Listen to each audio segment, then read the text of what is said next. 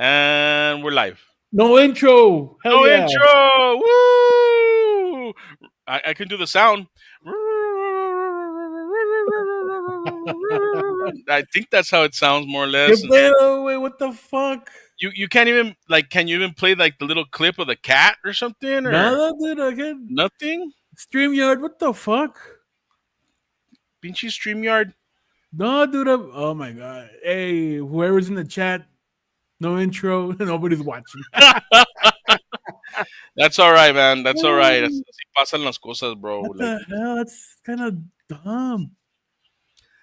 Well, that's the end of StreamYard, I guess. so much for that. I guess we're moving on. StreamYard, you hear that? You weren't able to provide what we needed, so now we're out. Yeah, I'm getting a oof. Why does it, Yeah. on my Well, side it's saying to log in? That's just weird. It's your intros then, because yeah. Oh yeah. Well, hey everybody, what's going on? This is not Domingazos. It's more like Lunesazos. I am your ever humble host, Mr. Happy Harry Hardon, aka Ray Ramos. Cryptozoologist the star is effervescent elephant. Gatorade, Haterade drinker, Haterade drinker, and all that other good stuff. We are back. It's been a minute, but we're trying to keep up with this stuff. So here we are once again. I hope you guys had a happy 4th. And who is on with me tonight? Hey, this is Oliver Liarce, codename Olio656. No intro tonight, guys. Just no intro because StreamYard sucks. Talking, no video, no nothing. StreamYard is asking us for money now. Nothing is for free. So it's very appropriate, the title of this stream. When it rains, it pours. Yeah. Look at shit. So I guess we're yeah. Fuck you, StreamYard. Wow, we can't even show videos or nothing? No, yeah, nada. No, you can't cut to go to that video like we used to before. Nothing. Not even my video where what's it called? The disclaimer video where all the bullshit you say does not reflect on us. Dude, that was cool, man. Look, there's a button on my side. It says having issues. Let's press it. Let's see what happens. Help. How can I help? Okay. Don't charge for bullshit, StreamYard. There you go. Okay, there. We'll send that off. Boom. Off it goes. It says my payment was declined. I don't subscribe to StreamYard. Available plans and subscriptions. I don't know. Whatever. Contact us. Okay, so we're contacting StreamYard. Submit. Oh, I have to sign in? Nah, ni madre. No. I'm back. Anyway, it's not about that. It's on the presentation and the glory that is my voice as well. So yeah, what's happening? What's going on? It's been a minute. A lot of shit has been happening in the past week. Fucking Jim Shooter passed away. Michael Madsen passed away. Oh shit, that's true. Michael Madsen passed away. Who else? Man, everybody, they're checking out. Fuck this shit. I'm done. Let's get out of here. And what did Madsen pass of? I don't know. I don't know if they released what he passed away from. Hold on, let's go. Let's go to the internet. Are those still free? I don't know. Michael Madsen. What does he die of? What did he die of? Broken heart. Yep, it's possible. I wouldn't doubt it. He was trying to commit to sobriety. Late actor. I didn't know that he was Virginia Madsen's brother. That's crazy. Yo. Ahí viene este güey. Ahí está, Mr. Fuddy Duddy himself. Everybody say hi to Julius Freeman. Woo! What up? It's good to be back to Lunegazos. What was that, Julius? Were you in the bathroom or something? I know. It sounded like... No, I was burping. Sorry, I was in the middle of burping. You were like, oh. I don't know. I was... I was like right at the end of a belch when I came on live. I bet it was a good dinner, sir. You were That's like, good. It was, dude. It was enchiladas with arroz today. Ay, oh shit. güey, enchiladas con arroz, enchiladas Verdes or rojo rojos, dude. verdes. Yeah, thank you. Dos, Verdes güey, or los rojos. dos, rojos Oh, y verdes. Wow, you're like dang. fancy over there, fucking. Dude, Yeah, yeah, my wife spoils me. I guess I have to that say. was a feast. Damn. Yep, Damn. yep. Were they the pollo or just plain old enchiladas? No, there you go, pollo. Nice. Yeah, Very nice. plain enchiladas are good. It's just I don't like that they sometimes they overdo with the onions. I wish they did light onions with the regular ones. But that's one you complain about it. But yeah, I gotta have some substance, man. I gotta have some meat in my enchiladas. I work hard all day. I want to come home and eat some Yeah, meat. I want to come home with my enchiladas. God damn it! Where's my dinner? Slap. Wow. Whoa, bro. Pinche, pinche. Hey, What? wait, yo soy machista en la casa, cabrón. Did this turn into a Van Skyver show? What happened there? Whoa. No, no, no, no, Hello. Whoa. no, Pinche, no. pinche Julius with his wife beater, no? And his kawaman. Wow, he has you have kawamas? Nice. Very nice. Um Or a 40. so, I don't know. so we were just noticing that apparently StreamYard is charging for everything now. We didn't have an opening to the show. Yeah, that's unfortunate, man. Yeah, go on. And yeah, so we can't even show videos, so it's all just it's all voice acting from here on out. So Voice acting. Son of a bitch, dude. Pretty So much. so they took away all the cool features that when it was free. Then now it's just a basic. You just keep streaming. That's it. Pretty Yeah, much. yeah, exacto. No, Just yeah, cabrones, man. and it's not cheap, dude. So come on, I man. know, dude. I held on, kind of hoping, okay, no, maybe I can hold on, but nah, dude. I'm starting to. I have to like look at other options for live streaming going forward, damn. which is What was unfortunate because StreamYard is very user friendly, So it's Yeah. it's very easy to We use. might And we might need to go to Discord, no, or some shit like that. I mean, there's OBS, but OBS is very like you have to be hands on with OBS. But I heard that's a good alternative. Yeah, OBS Mhm. and just to design your layouts and all that, and then Yeah, you just have to, like I said, you have to just put in. You have to do the heavy lifting. I think it's everything. Isn't everything like presets? Like you have to just preset everything before you see, start the live stream. it's just adding codes like the stream key and all that shit. Yeah, dude, that's like fuck, man. I don't have time to learn that shit. I mean, yeah, just, you lost me already, man. I don't even know what the hell you're talking about. Yeah. I mean, just Google like OBS Discord setup, and they'll just walk you through. Yeah, I'm sure there's a walkthrough, but it's just See, I know normal it's just I'd rather be working or doing other shit. Yeah, exactly, and that's what makes StreamYard so helpful is that you just But that's why they're start up. charging, dude, because it's easy cabrones. Bastards. and yeah, easy to use and easy to set up. What was the other one that we used before? Like, wasn't there Good, something? Google Hangout, we use that. All remember? right, Google Hangout. Is that still a thing? Uh, Is that still a thing? Do they still do that? Or I not? don't know. Wait, I don't think so. I'm not sure. And I think also you could go live on YouTube too. Like if you have a YouTube channel, you could actually go live. But there, I think you need to have like certain qualifications not to go live. you didn't have enough viewers or subscribers or something like that. exacto. Yeah.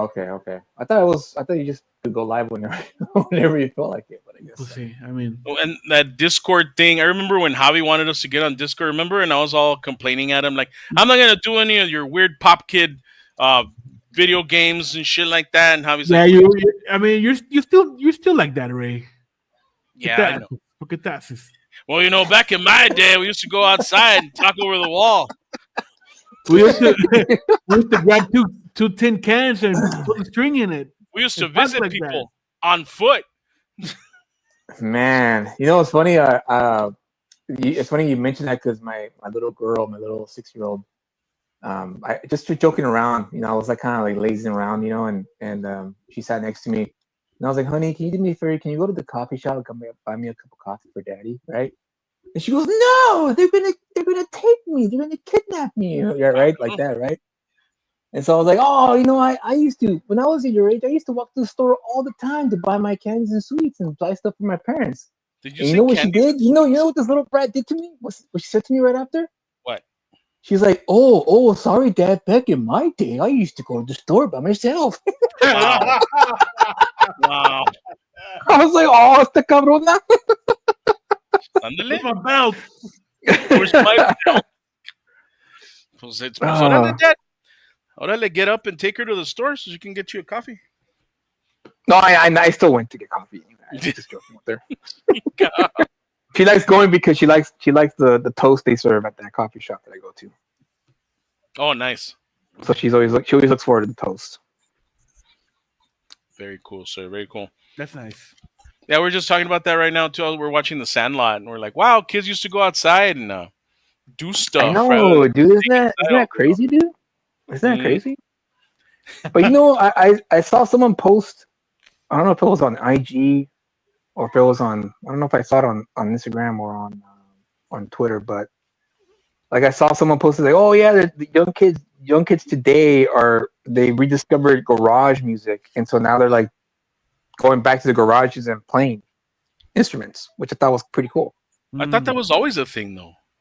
Yeah, I guess you're right. I just never, I mean, not, now. When was the last time you heard of a band that started in the garage and made it big? Like, when was the last time you heard that? that's true, man. Like, Yeah. damn, I don't even Like, know. you haven't heard that, dude. Everything's all like, they got together, they got themselves a management company or whatever, and now they, get packaged and sent They off. all hit it big on TikTok Yeah, or something like that. Yeah, I'll play music with my computer and then I'll just share it around and make it big. TikTok big. TikTok big. yeah. That's the thing. Making it. I mean, there's nothing wrong with doing TikTok big because that means you can potentially not rely on a big record label, Timon. where you go into debt. You actually have your followers go to your live shows if you're local. I mean, it comes back to the whole crowdfunding. In a way, it's crowdfunding Yeah. because you're like, you're on your platform, you're presenting what your product, and you go from there and shit. So Absolutely. And I think a lot of I have a friend who's a musician, a professional musician. He does it for a living, and he was complaining to me about the royalties not being great and everything.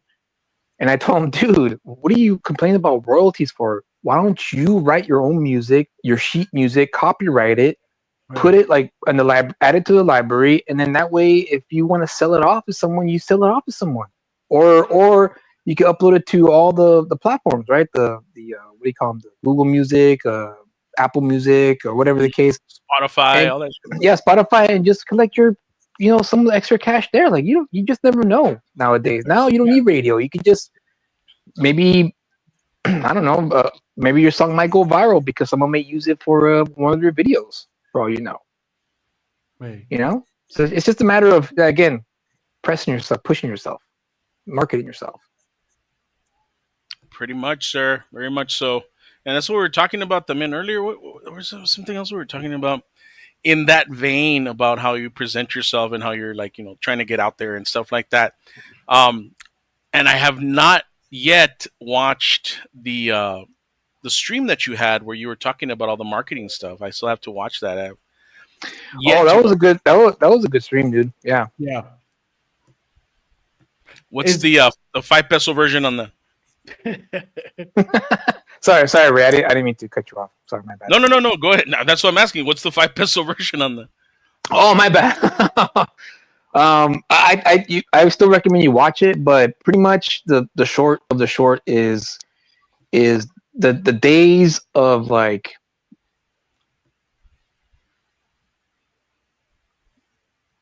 Julius, are you there? Marvel or Image picks me up or Dark Horse picks me up, but now we lost you for a second.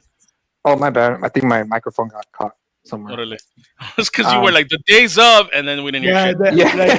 Like my bad. Taking out or something, no? I know we made it. No, I think my microphone. Word. I think my microphone got covered by my shirt. But it's like that. It's like that South Park episode. This is what you do: you steal the underpants, and then something, and then money. That's what you. The gnomes. The underpants. Yeah, the underpants gnomes. Time gonna work all day.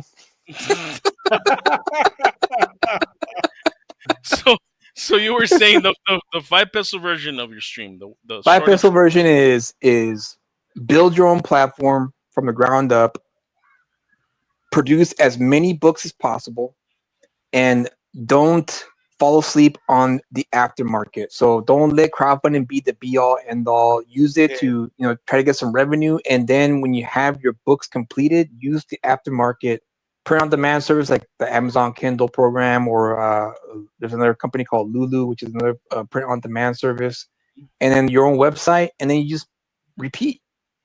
And you create a newsletter and you just keep repeating and keep pushing out and eventually, you'll with the amount of work you put in, it could balloon. It's just a matter of how far you want to go.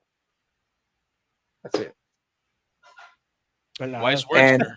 yeah, Peladas. and it does involve, unfortunately, which is the toughest part. If for me, speaking for myself too, is becoming kind of like a promoting marketing guy. Like you got to be Sí. that sales guy, and it's tough for us creatives because we want to be creative, not salesmen, but we have to be a salesman at this, See, and at that's the some point thing, in man. Like when I first back when I was banging, when I first time. started doing comics and shit, the dudes that I was with, my tribe, whatever, they were all artists. I was like the only writer, and there was this other guy that I guess he kind of just hung around and like drove us around. He thought he was a writer, but he really wasn't. Um, and then the other artists, there was 3 artists, and we would go to conventions, like the little cons in the area, and these putos would be like, "Okay, sell our stuff," and I'm like, "What? But why?" I'm like, "Here as a writer," and they're like, "Well, then write," and I'm like, "But I can't sell that," and they're like, "Then sell our stuff. Get out there and talk to people and sell our stuff," and I'm like, "Why? Why me? Why am I doing this? What the fuck?" So it kind of like stuck, and I hated it. I fucking hated it, dude. Like, but in order to be part of the group, hey, I'm here, guys, whatever. They're like, hurry up and you like to talk, so hurry up and sell our shit. Get us some money so we can go to CC's afterwards and have some pizza, maybe No, hell yeah. buy a pack of smokes, and we're good. Go do that. Like, all right. So yeah, so they Were, kind of were, pushed. were you, dude, cons in El Paso, was that a thing back in the day? Oh yeah, big time, dude. It was like every other weekend there was a con at the Hilton, or there was a At con the like Hilton, the see. airport Hilton, or there was a con, shit, like closer to Bassett. There was a Hojo near Bassett.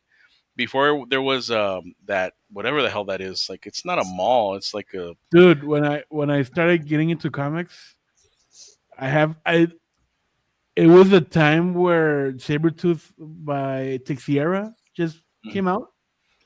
Which Tajiria, sir. Tajiria. Tishiria? That's not Tex? No, it's Tajiria. That's how we pronounce Tishiria? his name. Oh Like shit. like Zenkiewicz. It's Wow. Tajiria. Perdóname, sorry. No sabía eso tampoco. They corrected me. Anyway, What and it was when was that? 93? yeah, about 92, 93 is when he started coming up. He was And doing a Ghost Rider. yeah, and I remember going to Hilton at the airport Mm-hmm. because that's yeah. There's a con. Let's go. And honestly, it was strange for me, and I'm like vaguely remember, but that's where I bought the Sabretooth issue. But I did see a lot of artists, dude. I don't know if you were there or adversary or Dead Tree. I don't It know. was it was Dead Tree, and yeah, we were probably there, man. Like we were always at the Hilton, and también Shit. pinche Johnny Muro was there all the time too. Yeah, So because I would see like 11 by 17 posters or artwork, and honestly, I was like, what am I look? It's like a sensory overload.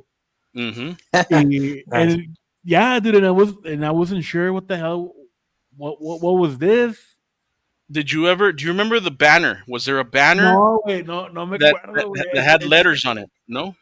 No, dude, I just like vaguely remember artwork hmm and a shit ton of tables with long boxes and I remember that we just walked by once and we left, dude. We didn't stick around like just to look at everything because honestly, no, I it was all too new to us. So you didn't know what to Really? look for. Yeah, dude, no, we were like, what's going on? What is this? And yeah, we just How left. old were you? 93, probably like what, 12? Damn, bro. A ver, That let was me. that was chavalillo Estaba entonces. chavalillo, homie. Chavalillo, homie. I was like 16. See, damn. So, damn, bro, that's crazy. Yeah, we probably did see you because we're always constantly at the Hilton shows. We're always See, constantly like, well, the everybody that we that was with because at first we call ourselves Dread, DRRED, Dread. the all your names put together, right? Yeah, all our names. It was David, Ray, Renee, Ernie, and Danny. So we put all our names together, and they came up with Dread. And we had this big banner, like this big banner. We made a deal. This is like fucking the secret history of comics in El Paso. But we had made a deal with major players. I don't know if there was any major players where you lived, Julius. Do you remember that? Major players, nah, doesn't ring any Was that bells. was that only an El Paso thing, dude? Or No, there was some in Arizona, and I don't know where else they were. Hey, what's up, Mo Biggs? Thank you for What's joining up, us. Mo? dude, sorry, Mo, I didn't say hi. Sorry Um, about that, dude. he's been sitting there all this time. Yeah, I These know. fuckers. Yeah, It was in Arizona and it was in El Paso. And the lady that owned it, she contracted us, and we were stupid, dude. We were just right out of high school. We were dumb. The lady that contracted us that owned it, she's all like, "Hey, I know you guys draw because we've seen you at the conventions drawing. So I want you to draw this big banner for us for major players." And the banner was huge, dude. I shit you not. It was probably like, I'm gonna say it was like 20 feet by like 15 feet, some shit like that. It was massive.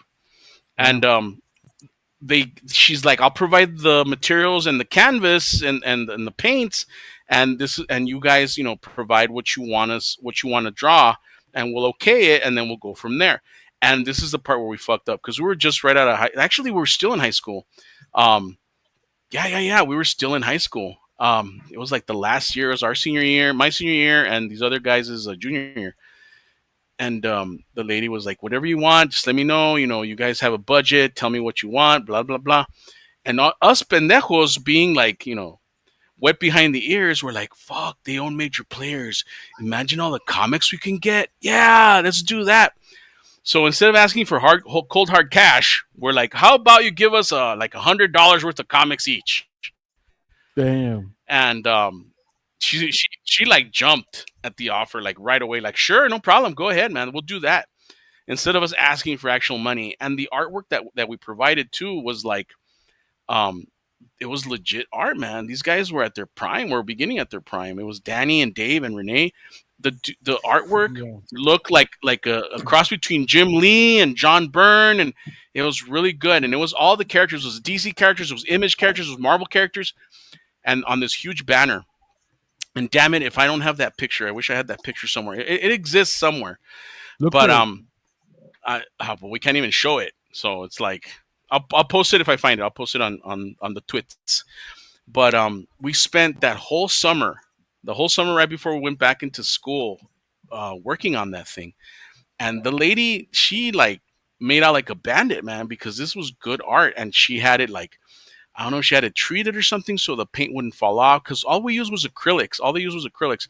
And I remember we were doing it at my friend Ernie's garage. Speaking of garage bands, we were doing it in a garage, and it was hot as balls in that fucking garage, dude. Um, and we had like one of those coolers that you would pour water into the back of it, and it would blow cold air on into the air or whatever. But the back was so humid, like all the humidity would just like, yeah, exactly. I went to school. That's crazy. The humidity would just go everywhere inside the garage, and it took us like about 2 weeks to finish that banner. And finally, we gave it back to the lady, and she's like, "Here you go, guys. Go to major players and get whatever you want. There it is. Oh, you can show pictures, Yeah, yeah, pictures. It's okay. No video. no video." So this was major players back in the day. Man, I wonder if I could find that. I'm gonna look right now, real quick. Long story short, she kept that banner and she used it for all the events here, all the events in Arizona. When Al Simmons came to El Paso because I threatened Todd McFarlane, all that stuff. She used it for all those events. And man, I wish I knew where that banner was now because that thing was fucking badass, dude.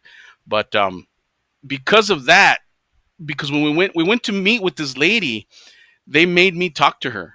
They made me talk to her, and they're like, "Okay, you're gonna negotiate for us, and you're gonna tell her what we want." And I'm like, "I don't know. I mean, how much money do we want?" And they're like, "I don't know. How much money should we ask for?" Like, we had no idea, man. We were like 16, 17 year olds, and sure enough, man, they took advantage of us hardcore because we didn't know what the hell we were doing. We didn't have any like any Any sort of con- reference to anything. And I know we could have gotten paid well. We could have like done something with that money. But no, these guys we got fucking comics out of it. We got like $100 each worth of comics and shit, man. That's I nothing. mean, how much were comics back then? Like a fucking $1.25 or something like that. Or like $1.50, Yeah. depending. Oh, I mean, you But this included back issues or whatever. They said like you have $100 spending spree at the fucking major players. I wish Olivares was here because he remembers more of the numbers and stuff. But yeah, dude, that's what ended up happening. And because of that shit, I was always kind of like pushed into the front, like, okay, go talk to everybody and get us a deal. And I'm like, oh my god, I don't want to do this. I want to write. So, but Yeah, that was the that long about story. was I yeah, was but that's the unfortunate future for a lot of creatives is that you're either gonna have to do it yourself, or you're gonna have to hire somebody to do it for you and do because it for comic books. yeah, and do it Oh, shit. and so your comic books, and which is why it's important that I think Bancroft tweeted out like a few hours ago. I don't know if you could get that up, Oli. It's like Yeah, fairly recent. It's about he says that he's noticing like an uptick of quality in indie comics, and so the sales have Yes, I gone saw down. that.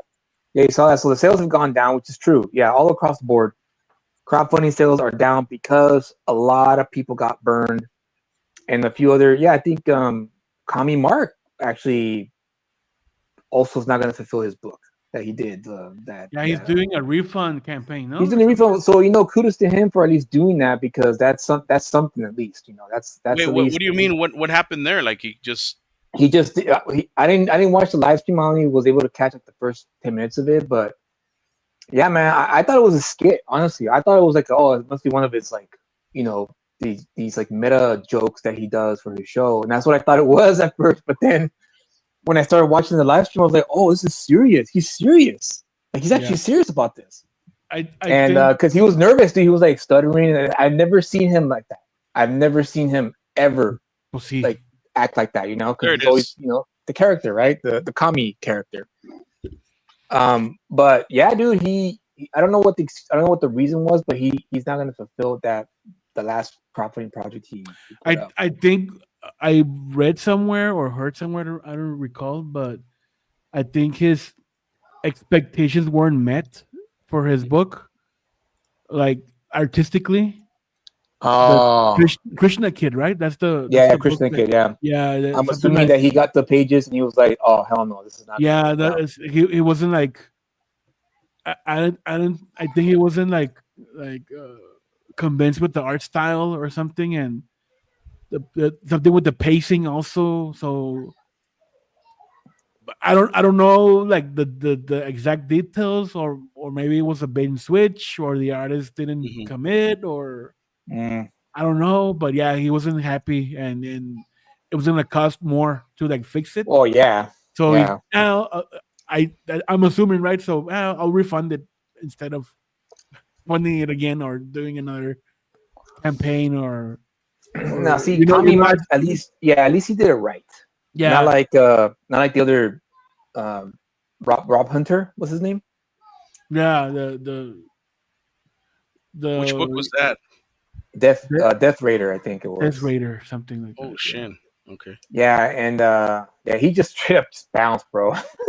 He's late, so I'm Really? not gonna give you the book. See ya. It's the thing that these guys are. I mean, why are they thinking that crowdfunding is to support their lifestyle? It's You know why?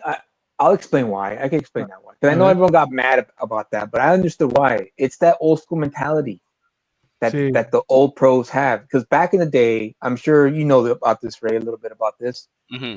If a publisher picked you up, maybe not so much comics, unless you're a name. But if you're like a say a novelist and your novel got picked up by a publisher, they front you the money.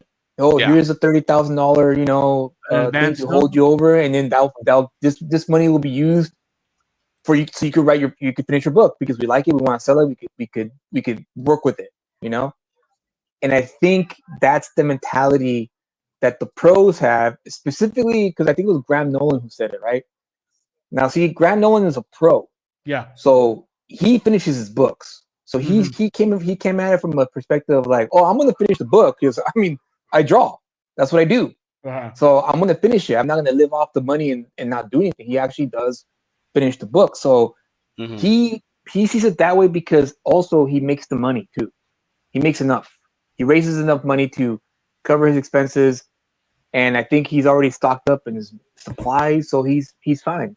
So Sí. I can see his perspective on that, but not everyone can do that. Uh-huh. As Exactly. we saw with EBS, as we've seen with other creators who are like 2 years, 3 years late now. Do these guys like pay themselves fucking like these Yeah, DC rates? Like, I think so. Yeah, I think so. Yeah. pero, dude, it's I mean, if you Again, can, bro. Again, chingon. it's one of those things where you have, if you don't adjust to it, then Yeah. you're gonna have to just deal with what you deal with, because that's the, I guess in a lot of ways that's the upside to the crowdfunding system, is that once you find your groove, then you can succeed at your own rate, Yeah. right? So yeah, if you're a new guy and you want to raise 30K, good luck. Good luck to you, because it's going to be tough for you, because who Yeah. are you,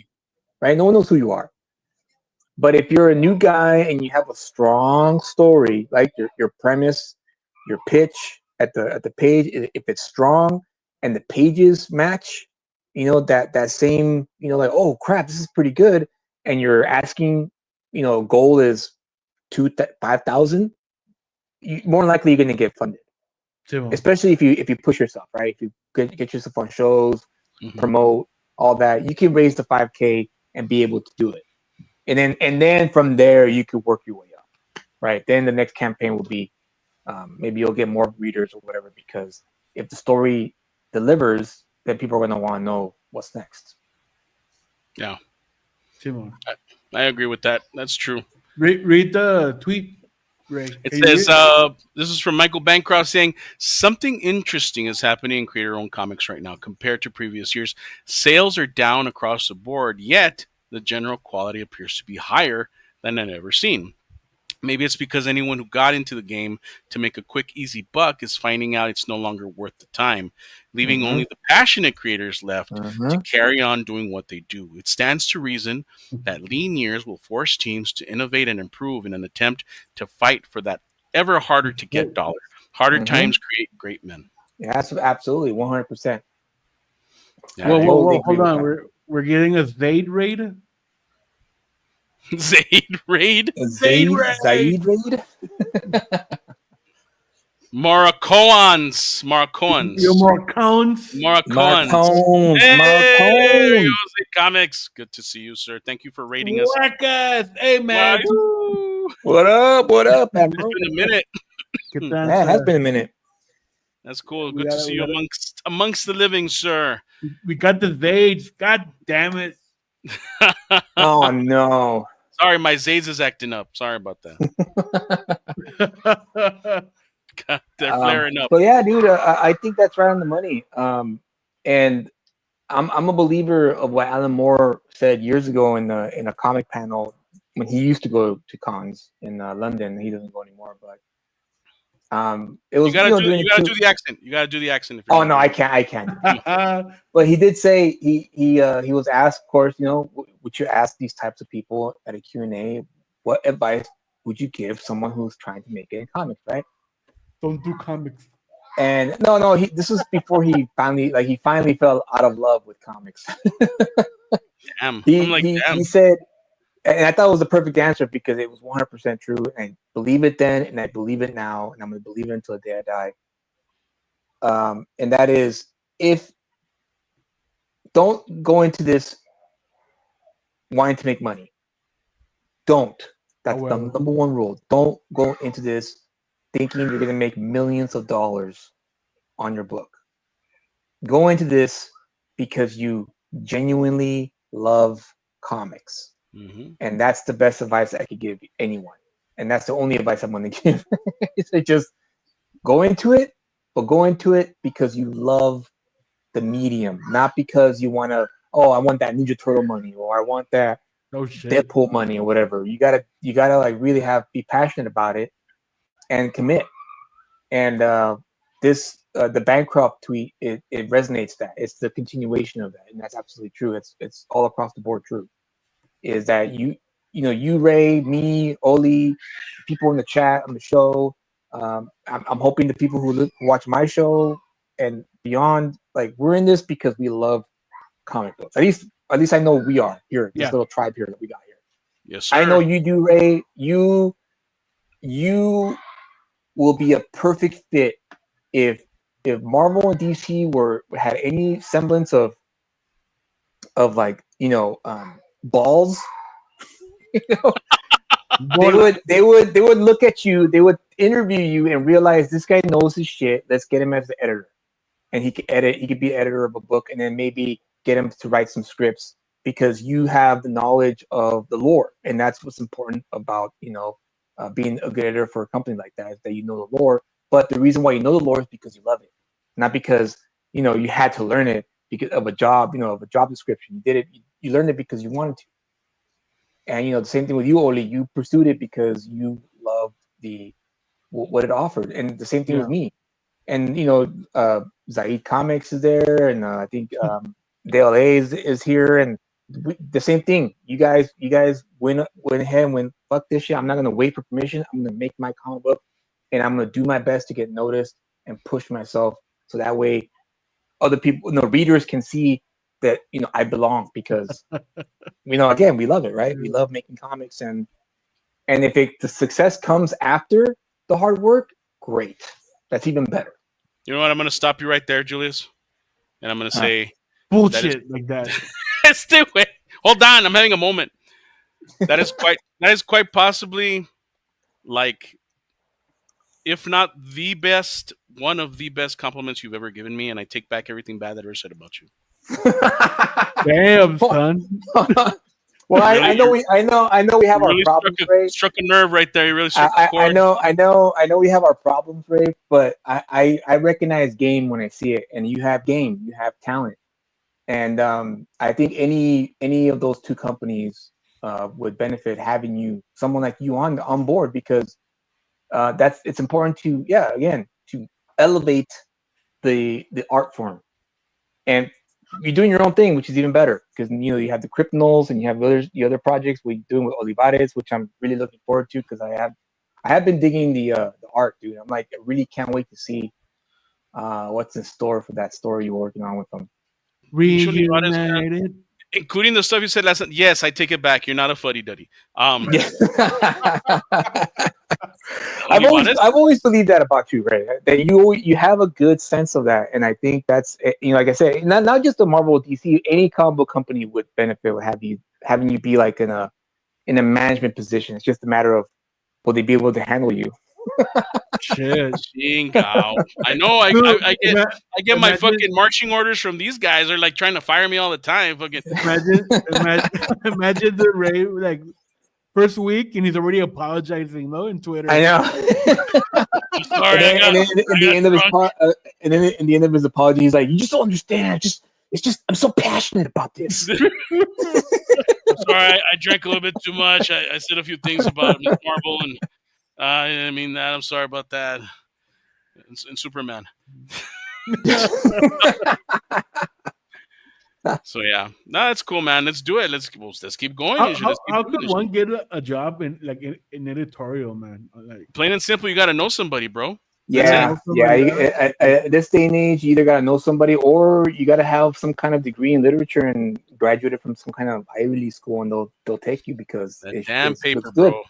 It looks good on the portfolio for the investors, for the because remember, Marvel is owned by Disney, and Disney answers to a board of directors with their stocks. Mm-hmm. And the same thing. Well, I don't know. DC got sold off. So I don't know who they get sold off to. DC Comics. DC is owned by Time by Warner, no? the History Channel. No, Oh, Discovery. Discovery owns them. Did they sell them off again, or was I tripping? No, they trip 'em. They I think they split them. They split them up. Oh, they Um, split them up. Okay, yeah. So I okay. think I forgot who it was, but yeah, someone is handling the DC universe. I guess I see. Okay, okay. I can't remember who Well, it was. whatever the case, they still have to answer to stockholders. Hmm. Stockholders meetings and whatnot. Um, the days of Jim Shooter, when Jim Shooter ran or Rest in was, peace. Rest in well, yeah, peace, Jim. rest in peace. When he was the editor in chief of Marvel, that was probably the only time where they had a conglomerate. It was a toy company, but Toy it Biz. worked Yeah. because it was a toy company. It made sense. We want to make toys off these characters, so make us books where we can sell toys. And Hmm. he did that very thing with Secret Wars, and that's what pretty much blew up Marvel and made it one of the most successful times in the company's history, next Yeah. to Joe Quesada's run. Because Joe Quesada, I think, turned it around too, but I don't think he was as revolutionary as Jim Shooter was when he ran.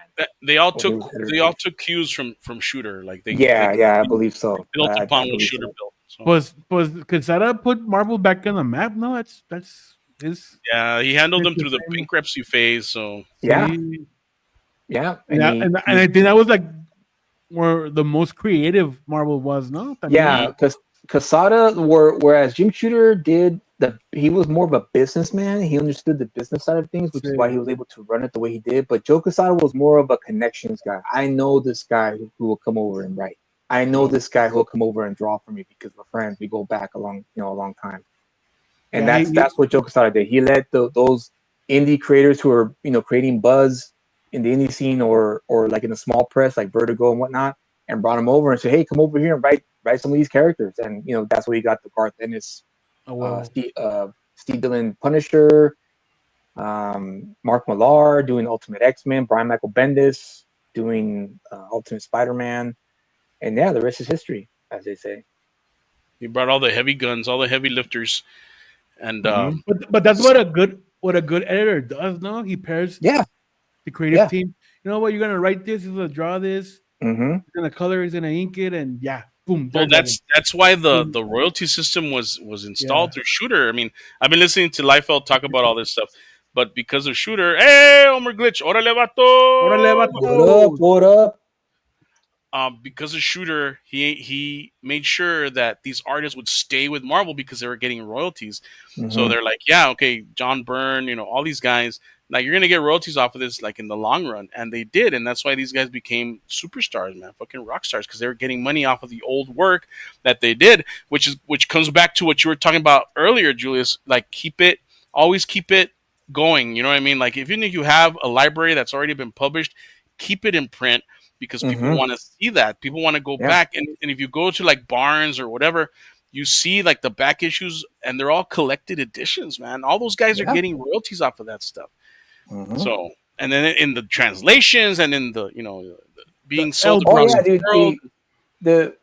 The upside to the current age that we're living in right now is that you and I have the opportunity to make a good living doing what we do without the help of Marvel and DC, or Image even, to be noticed as quote unquote superstars. Yeah. Because the upside is doing this, the live stream on YouTube, promoting on the other social media platforms, and then of course your website with your books ready available to purchase if say you do come across people who are like, oh, I never heard of this. This is great. Where can I get this? And then boom, they got a link to click on. And that's what it is. It's just a lot of us a lot of us are slacking because it does require a lot of work. Oh And yeah. and that's the going back to the original I guess topic at hand is that yeah, we're going to have to learn how to be businessmen, unfortunately, if we decide to do it all on our own.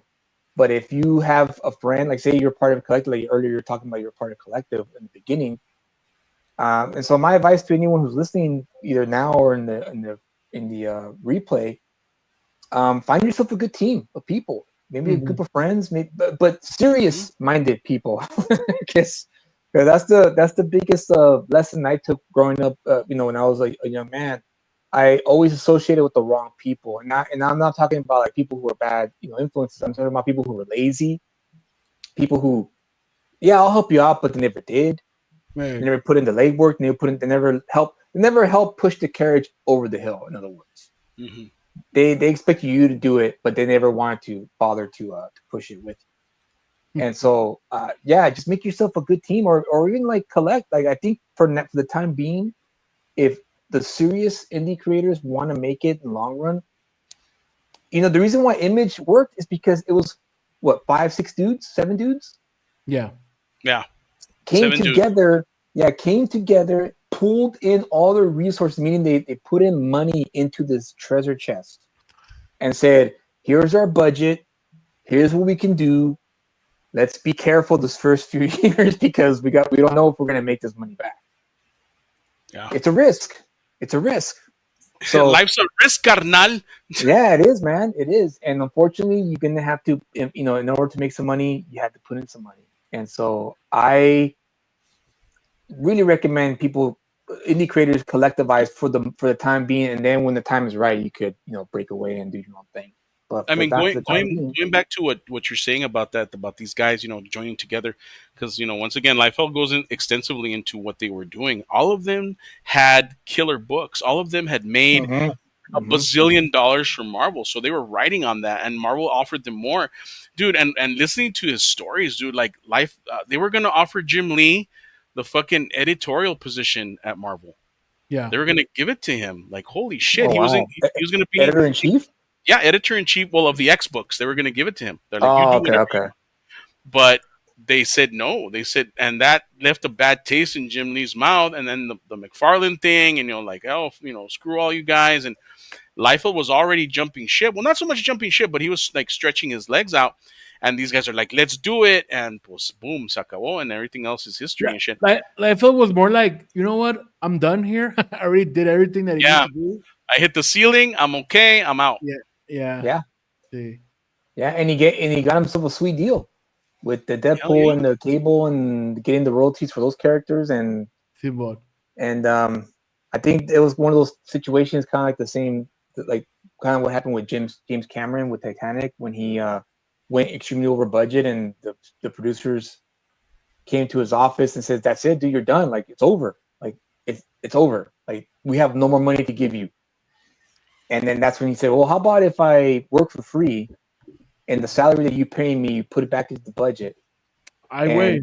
I get points, and I get the Mm, points from the box office." And the producers like, "Okay," because they thought it was in the bomb. They thought the movie was in the bomb, yeah. and so they gave it to him. And then, of course, as you know, it paid off because he got those points from the box office because he didn't But then get he he went and didn't pay himself. did Avatar. What the hell was that all about? I don't know. And then you see the Titanic double VHS box set No shit, dude. in every Dude, it fucking was flea a market. phenomenon, man. What a phenomenon that movie was. I'm gonna say this too, Julius. I'm gonna say this once, and I'm never gonna Clip say it. it again because you're gonna remember. You're gonna fucking bring it up again and again. But whatever. I am actually very, very, very, very curious and hopeful for the Odyssey. Really? That's surprising. I know, man. That's why That's really that. Wow, that's really surprising, Ray. I Wow, was I never reading. thought I would ever hear you Because about I say mean, that. shit, dude. I mean, if he fucks up Greek mythology, then he's a fuck up completely. I'm saying, but I'm hoping because of the Oh, star power that he has. he's, he's, he's, Nolan, yeah, he's doing that? The yeah, Odyssey? Yeah, he's yeah. doing the Wow. Odyssey, dude. Yeah. Matt Damon is Odysseus. What's her name? Hathaway is I forgot her name. Um, and Tom Holland is Telemachus. So this is gonna be good, dude. Like I don't even know. Is it gonna be one part? Is it gonna be 3 parts? Because you could split that thing up into like fucking all these episodes and shit. So Yeah, I don't know. I know he's not a fan of trilogies. He's Charlize not a fan. Theron is Circe. Holy shit, dude! Like Oh, that. man. Yeah, I I don't know know. he's not a fan of sequels or trilogies or anything like that. He only did it for Batman because obviously he throw a lot of money at him, and he would cut himself a sweet deal with Warner Brothers to get that. to get his own movies made. But I think it's gonna be a one-off, dude. I think it might be one of those like 3-hour epics, and this might be one of his like epics that he's gonna attempt to do for 3 hours. Dude, I don't. I oh man, like I wish he would do. If don't cram it, don't cram it. You know what I mean? Some person says, "Are Yeah, the gods gonna be in it?" I think I doubt that one. I doubt the yeah. gods will. I don't think he is. I mean, if he grounded Batman to the point where it's like literally a guy with the exoskeleton suit, so I don't think he'll do it. Yeah, like El Padrino, antes que nada, arriba Hey, los Padrino. maniacos, whatever that means. What is a shoto maniaco? maniacos. What is that? Maniac. Los mañosos? What? Ching. All I'm saying, I'm fucking giving him the benefit of the doubt that he doesn't fuck this up. So I understand. Everyone's gonna be like, well, what about Oppenheimer? And what about this? And what about that? And blue, blue, blue. Yeah, okay, whatever, dude. Like, Oppenheimer was amazing, dude. I haven't seen that movie. That was such a uh, great film. My goodness. I don't really care for it. I really don't want to No, that's watch fine. it. You don't have to. You don't have to care for it. I'm a Nolan fan, so I'm gonna watch whatever he makes. So, and honestly, it's so when you get typecast, and I kind of felt like that when I went in to watch the movie because I was like, Robert Downey Jr., Tony Stark, it's kind of fresh out Tony Stark, that kind of deal. Yeah. Nah, dude, it just reminded me how great of a fucking actor Robert Downey Jr. really is because he really made me like forget that he was Tony Stark in that movie. Dude, Tropic Thunder, man. That's like Oh the yeah, peak of his acting ability right there, dude. I know, dude. I love that story. How Ben Stiller convinced him to make the movie. He sent him the script and says, "Hey, I got this part for you. I think it'd be great." And he read it and he was like, "Dude, wait, you're gonna have me play? Are you really serious about this?" and he's like, "Yeah." And he's like, "This is stupid." And Ben Stiller's answer was like, "I know, isn't it great?" Chingao, And he was like, "All right, well, if you have that kind of attitude, then I guess I should do it because that's a good answer." no shit, dude. Fucking Tropic Thunder is the shit, man. I love that That's movie. And classic, dude. they're working on part 2 with Tom Cruise's character. Oh, really? Well, Yeah. I don't know. It's a little. I think it's a little too late for that one. I don't know, They man. It should. still holds up. I think they waited too long. They should have done it when the what's that saying? The iron was hot.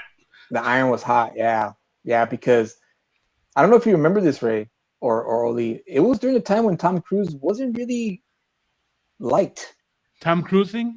That's Yeah, right. he was. His Scientology thing was kind of up there, and He a lot went of crazy people on kinda, Oprah. I remember that. he went, yeah. He did that Yeah, interview with true. Oprah, and so the public was kind of like, maybe I'm over Tom Cruise now. Maybe he's not the cool guy that I thought he was. And then this movie came out, and it was it. People forgot. Mm-hmm. People forgot about it.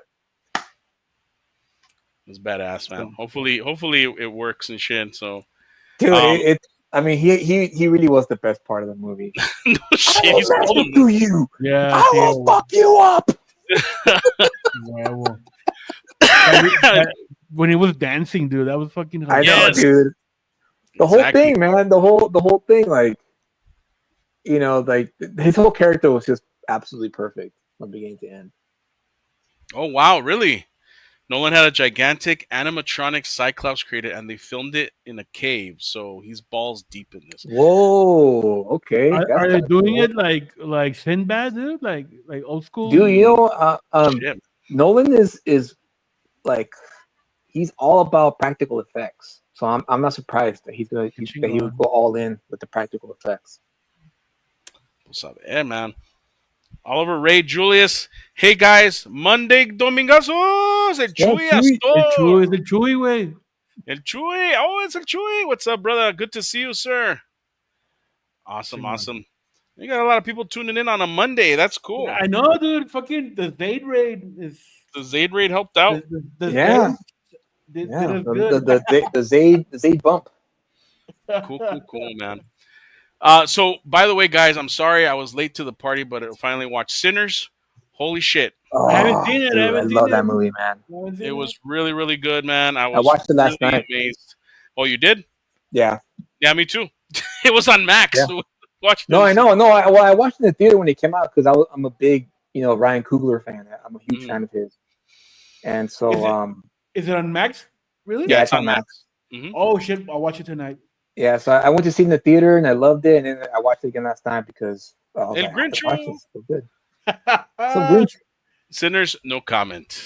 All right, now I'm watching it.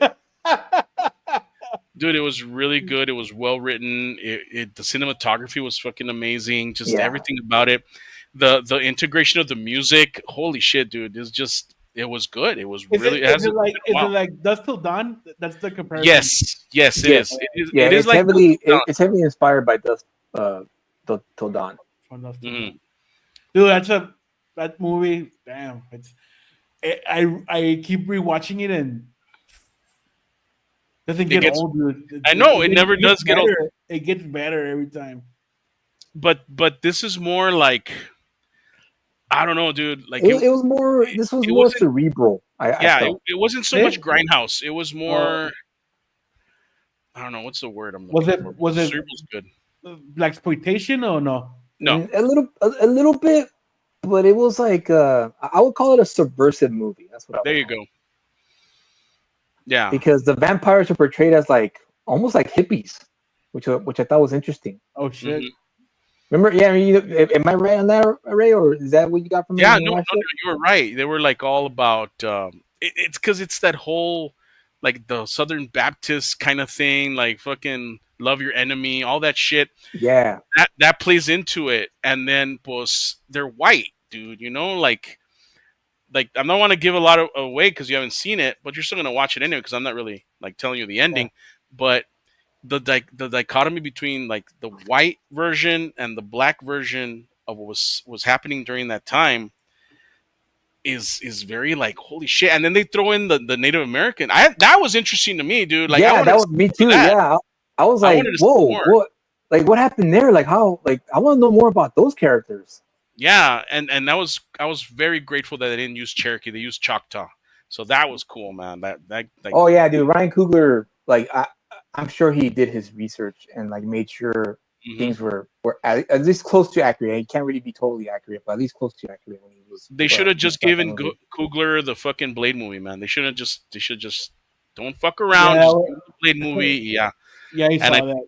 I think Sinners proved that. And I don't know if I was telling you guys about the deal that he made with the studio Yeah, that after 25 years the rights revert back to him. yeah, dude. Yeah, That's that's a great fucking deal. insane, dude. Yeah, I'm gonna make That's my a great movies deal. off of the back of the studio, and then I get my movies back. So that was Hmm. cool. Yeah, dude. That's the way it should be going forward. Going forward for every artistic creative type should always try to get the best deal possible, especially when they come knocking on your door. Because I'm sure they knocked on his door. I'm sure the Warner Brothers executives were like, "Hey, we want to make a movie with you," and so he was like, "All right, well, what's the deal?" And he got Mm, himself a I sweet see what deal. you. Yeah, I see what you mean. I see what you mean, sir. The Um, Native Americans were a total Chekhov. Yeah, they were. Yeah, they were. They really were. but it's still, man, like the whole thing. Just it was it. What is it? Yeah, he got that sweet carpenter booty deal. Oh Treatment. yeah. Oh yeah. It was good, man. Just like some of the twists and turns on it. What if they knock on the? They were, sir. They were. Um, just watch it, Oli. Watch it, and then we can discuss it later because there's so much Okay, there. I'll Yeah, see. there's a lot to dissect in this movie. There's a lot in there. Which I also liked. I liked that it was kind of a thinking man's vampire movie and not so much Hmm. of a. I mean, don't get me wrong. I love both styles. Like Dusk Till Dawn is one of my favorite movies. Hey, And ever since you guys told me that Tarantino was originally slated to direct, I was like, damn, that would have been more interesting. Like really interesting to see how he would have done it if he directed Hmm. it. And That would have been. especially have the guy the actor you told me was supposed to play the main character, but I guess and fell yeah, through. ¿cómo se llama, Ray? Forget his name. Oh, Shingao. I just went blank. Yeah, Damn but it! when Look you it up. gave Look it up. when you gave me when you explained to me the lore behind like how it was going to be made into a movie that he was going to direct, I was like, dude, that would have been pretty sick to have Yeah. him, continue that trend of like finding actors that were at one point somewhat popular and then bringing them back and then making them Mhm. even more popular with this movie, You know, like he did with John Travolta and Pam Grier That in was his thing, man. from Just Till Dawn was just made because it was a showcase for the special effects. Okay. Ichi Yeah, Savini. yeah. No, so who's the other guy? Sex Machine. Nicotero. Nicotero. Yeah, but then fucking Tarantino wrote that fucking script, and dude, it's just two guys talking, dude. Where's the special effects at? No shit, That's when dude. that's when Rodriguez came in, and oh shit, let's do this. So, When Rodriguez could direct. Sas. Yeah, I said it. What the? and, Chingo. and you Yeah. know, you know Well. which movie is timeless, priceless, all around badass. Once Upon a Time in the West, dude. What the Yeah. fuck? What Oh, the that's what you wanted to what talk about. Yes, the that's right. hell? Yeah, Yeah. You know, I saw. Oh, go ahead. Go ahead, Oli. Go ahead. no. I saw your post Hmm. and was like, damn, dude, I need to watch that again. And then Yeah. a couple of days ago, I was just like looking through Netflix, and there it was. Wait, Once Upon a Time in the West, and How yeah, can fuck I it, forget? It I'm was watching Joe that. Pilato, man. Joe Pilato was Joe supposed to be Pilato, fucking Simon. There Seth you go. Gecko. Fucking A, dude. Yeah. Imagine? Ah, anyway, I'm sorry. I didn't mean to interrupt you. No way, it's just one of those movies, dude. That you're just mesmerized, dude, looking at it. Yeah. Like, Dude, Absolutely. I have like 3 copies of that fucking movie, dude. I have the Criterion edition. I have the double box set from fucking Walmart that I got. It just, I have the original one that just like was whatever trash, and I even think I have it recorded in Spanish on a fucking VHS when they showed it like on nice. fucking Nice. Channel There's Five and shit. there's like us. Uh, that movie is just the cinematography. If you just want to talk Yeah. cinematography in that movie, Mhm. holy shit! Soundtrack. And the soundtrack, like every Everything about that movie was kind of the perfect. Like if I went to film school, they should show that movie Hey, to the film students to and show them you know, this is how you make a cinematic movie, not just a Mhm. movie, a cinematic one, because that's what makes it unique from all the other mediums, right? TV, comics, and hey, whatnot. I'm a believer that whatever medium you're using, like just utilize as much as you can from it. And even I even think for Sergio Leone really like yeah, understood the language of cinema. but dude, even for comic book makers, man, that movie is like has a whole lot of Oh information yeah, for yeah. like pacing, for Mm-hmm. scene establishment, even for dialogue, dude. Those guys But just said what was necessary, dude. yeah, Like yeah, like something that Jay Leno always says, the economy of words to say yes. what you need to say, Mm-hmm. and you get your point across. And I mean, writers, man, get no offense, Well, guys, but only it's just that we like hearing ourselves talk. That's why. yeah, Like, say it, dude, but man, you just no mames, güey, no, no, I'm yeah, I'm I'm learning to change that. That's yeah. now the script I'm writing now. I'm learning to like, okay, just you're not fucking Alan Moore, Julius. Just write what you need to write and make sure it's paced well, make sure it's delivered Yeah. well, and that's all you need to do. Okay, just fucking go. And there's like callbacks, dude, like from earlier like dialogues, Oh yeah. like yeah. I don't know, it was Harmonica and Cheyenne. They were like talking like, so you know how to shoot, yeah, whatever, and then like like a few scenes in ahead, Harmonica's tied up, no, and then he asks him, hey, so you know how to cut also, Yeah, I like remember so that Yeah. shit. I'm free. I mean, dude, that perfect way. Like, No, You, absolutely. so that movie, man, like, well, I mean, all of the of Leone's uh, westerns. Of course, John Ford. Holy shit, dude! Fucking Peck and Paw. All those movies, Hmm. all the west. I love fucking westerns, and all of that went into when I was writing like the Man Dog stuff. I was watching that kind of stuff to yeah, to get into that mood. Um, but fuck, dude, just like what was I gonna say? Oh, this is what I was saying. The ones that come closest to the Leon movies and all these classic westerns from the U.S. are the motherfucking Almada movies. Hmm. from the Yeah. 80s because the cinematography and everything is mirrors what Leone was doing. But it was the pinches almadas, and I don't know if they were directing them or if they had any choice as far as directors. But if you go back and you watch those movies that the almadas made that were westerns, holy shit, dude! Like, Were they like 100% Mexican or were there co-productions? no, no, they were 100% Mexican movies. Okay. ¿Cómo se Yeah. llama? There's one. There's one that what I was watching. Hold on, let me find it. I was just watching it like the other day at work. I put it on, and they're like, Work. "What the fuck is this?" And like, just shut up and just leave it on. Just let it go. ¿Cómo se llama? And then these movies were like throwaway movies that they would show like at the drive-in and shit, whatever, man. But hold on, and it was all the brothers too. No, The brothers, the brothers, the brothers. los hermanos Almada and us, dude, just fucking. Let me see. Where si salen? You should do an Almada tribute in Man Dog. Oh, wait, no shit, dude. You should, Hold you on. should, just, you should, you should just put Man Dog in one of their movies. In one of their movies and shit. Just write it. Just write it. Dude. That's a Man Dog comic. I mean, who's gonna know anyway? Just us and 12 people watching the, the show right now. Nah, but going back to Once Upon a Time in the West, dude, that's just and the premise is so simple, dude. They're just Yeah. they're trying to fucking steal land because they want they're building a railroad station. That's Well, it. it's not. It was more than that too. It was creating a town. Yeah, exactly. You know, And that then, was and then during the expansion days, which I always loved about Sergio Leone's work is that he always yeah, researched history and and there- actually made and sure. there's a backdrop to it. No, there's like something's going on in the back Yeah, while the story's progressing.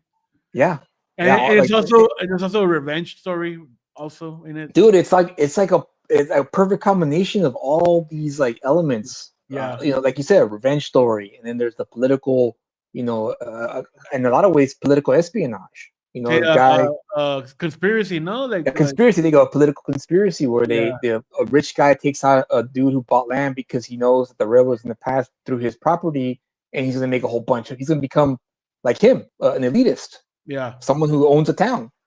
exacto. And yeah, dude, it has the anti-hero criminal with the golden heart trope, which was great. You know, Oh, Cheyenne, dude, I think he's Cheyenne, yeah, my favorite Cheyenne, and of character course in you the have the mystery guy with harmonica, yeah, and yeah, the soundtrack all across the board. I remember this movie. There's only a few movies that I would consider transformative art, yeah. and this is one of them.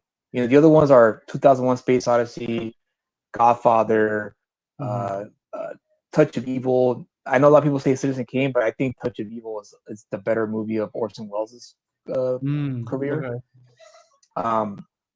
Yeah, for me, those movies are like the ones where I watch once or twice a year because it's like it's just so mesmerizing. And yeah, like you, Oli, like Once Upon a Time in the West was that movie where I remember the first time I watched it. Actually, it was on a TCM.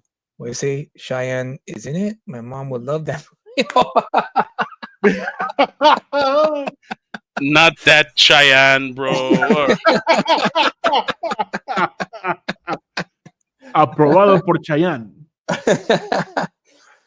I was. Django, dude. Django's also one of my favorite westerns. Oh yeah, the original one or the No, the original one. the original one, yeah. So where Franco Nero's fucking carrying, dragging the coffin and shit. Mm, That's what I like about westerns, dude. That the characters are very unique. yeah, Like they are. like They can be if you do it see right. where so they stand out. Like damn, dude, this is badass. Absolutely.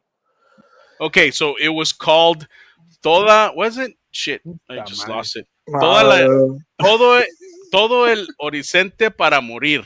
That's what it was called. I was watching that. It was 1971. So like Leone was still making movies back then. But you get a chance, watch that one. Todo el 1971. Yeah, I think. horizonte para morir. All the horizon to die. That's what it's called. Mhm. They were doing a lot of fucking westerns back then, man. Oh, they were big money. What Especially was Italian. the term? Burrito Western or enchilada Burrito. Western? I think it was enchilada western. Enchilada Western, right? Then you got spaghetti Western. Nice. Yeah, And of course, who can forget, La Banda del Carro Rojo, which was a western. Also, I mean, it was a modern western, but still modern Western, Simon. a modern western, man. A lot of those are modern westerns. So, sup, fellas? Hey, what's up, Freddie Nez? Good to see you. So Hey, Freddie. sí, güey, está. But yeah, man, like shit, dude. Like Once Upon a Time in the West, just balls out, dude. One of the best Yeah, freaking westerns ever made. Classic, absolutely. classic Well, no, I wouldn't say just westerns, just movies. Like movie one in of the best general. Yeah, movies Yes. yeah. of all time. And of course, like I was saying, I was the first time I watched it was by accident. It was Siete en la mira, yes sir. Siete en la mira. Sorry. Jesus. I was I hot. was I was channel surfing and I ended up on TCM and I was fucking stoned out of my mind. Like I had like just finished a blunt and it was that scene where the daughter gets killed. So it was like him, Yeah. pulling the water out of the pail, and I was like, oh, what's this? Once Upon a Time in America, and I saw Sergio Leone's name on there. I was like, oh crap! All right, I know this guy. I love $2 More, Good Bad and Ugly, that kind of thing, right? So I started watching it, and then it was the scene when they kill Maureen. Then he runs over, he gets killed, and then the music starts, and then Yeah. like the guys coming out of the bushes, and then finally the bad guy right at the end coming out, and then walking forward, and then the freaking the camera moving over, and you see it's Henry Fonda, and what should we do about this one, Frank? Well, now you call him by name, and Yeah. then kills and shoots. And that freaking shot, that transition shot, man, from the bullet to the horn of the train. Yeah. I remember I was sitting in my bed going, "What the fuck did I just watch?" Is this happening in my head or is this really happening? Well, no, because it had at the time it was like, dude, this is a lot like anime, and then it like I snapped out of it. No, this is what anime took from. It took from this Yeah. Hmm. because it gave me the anime vibe, right? The whole like music cue, the cool like introduction of the character after doing something crazy or whatever. And that's when I was like, whoa, this is where now I have to watch this movie. And then, of course, the rest is history. I mean, everything was pitch perfect in that movie. And also, I don't know if you guys know this, but this movie was so influential that's what influenced George Lucas to create the Darth Vader theme. Ah, the music. The music cues. Yeah, because you remember in the first one, there was no Darth Vader theme in that first movie, in the New Hope. Yeah. It was just like a generic, bad guy, music. Yeah. Everybody has a theme in Once Upon a Time. Yeah, exactly. And so he watched that and he was like, "That's it. I'm gonna create a theme for Darth Vader, and also for Luke Skywalker, and Hmm. so on and so forth." And that's when he probably went to John Williams and told him, we gotta watch this movie, and that's Watch it and copy it. Yeah. And when you think about it, Cheyenne's theme music is kind of similar to Darth Vader's. The tempo is kind of the same when you really pay attention to it.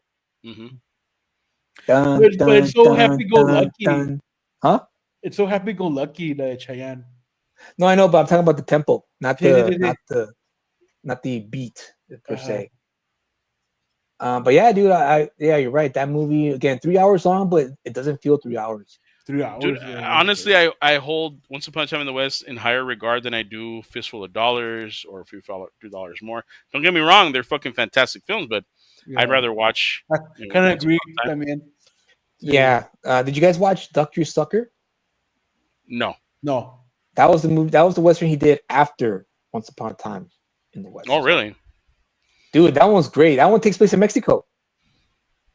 Was Okay. it filmed in Mexico? Because I know, like, Once Upon a Time was filmed in Italy and Spain and shit. Yeah, no, I think it was shot in Italy, but the movie takes place in Mexico. It's about a family of bandits who befriend this Irish guy who's an IRA member who fled Ireland, and he's an explosive dude. So so the whole movie it's great, dude. The whole movie the bandit, the head of the bandit family, wants Mm-hmm. to use them to break into banks and stuff for using explosives. And whenever like when he says, "Okay, yeah, I'll help you," he always leads them to like the Mexican Revolution battles. So he thinks, "Oh, we're gonna That's rob a cool. bank," and he blows up the building, right? And he like takes all the people out. He's, "Oh, the treasures are in the rooms over there. I'm gonna go over here and take care of business over here." And the bandit's like, "Great, great." And he's opening all the doors, and there's a bunch of prisoners. And he's like, "What the fuck's going on?" He's like opening all the doors and like realizing, "Hey, there's no treasure here. There's just a bunch of prisoners." And then he like gets out of the building, and he's like, and then he sees the Irish guy, and he's like, "Hey, what the hell?" He's like, "Yeah, I got you treasure. Now you're the hero of the revolution." Chinga. Yeah. It It's a sounds good more movie, dude. comedic though. Like, It is more comedic, um, and the backdrop of this movie. You know how in the backdrop for Once Upon a Time in the West is the expansion. The Yeah. expansion to the yeah, the west, industrial, the all Industrial that shit. Revolution, and then the Man with No Name trilogy is about the Civil War, Mm-hmm. and then this one is about the Mexican Revolution. That's the backdrop of this Oh, movie. nice. You mentioned an Irish, right? An Irish character, right? Hmm. Isn't that like historical, like Yeah, factual? a lot of Irish Yeah. fled to Mexico because of the religion calls Yeah. them. Yeah, qué chido. That's cool. And then, of course, Once Upon a Time in America for me comes close second for like his best work, I need to see that one also. dude. Once Yeah. Upon a Time in America Once is Upon a Time in America is tits, man. I'll tell you that right now. That shit. I don't have a copy of that one. I've been looking for like a good copy of that one, like a Criterion edition, but I've never found it. Or if I do find it, it's too oh expensive. yeah. It's dude. Oli, you would love Once Upon a Time in America. That one's about the Prohibition in New York, Oh, okay. and Robert De Niro and James Woods is in it, Mm-hmm. Mm, and yeah, I think it's in yeah, Disney. it was that was an unfortunate thing for him because he wanted to make this movie and the studio cut it up, and then after he died they found footage and they put it together, so it's not exactly the way he shot it and wanted to present it, but it's close. Or I think it's streaming in Disney Plus, so I might check it out also. Oh, nice. Once Upon a Time in America. Yeah. Oh, nice. Disney Plus, Yeah. huh? Interesting. Sí, Disney.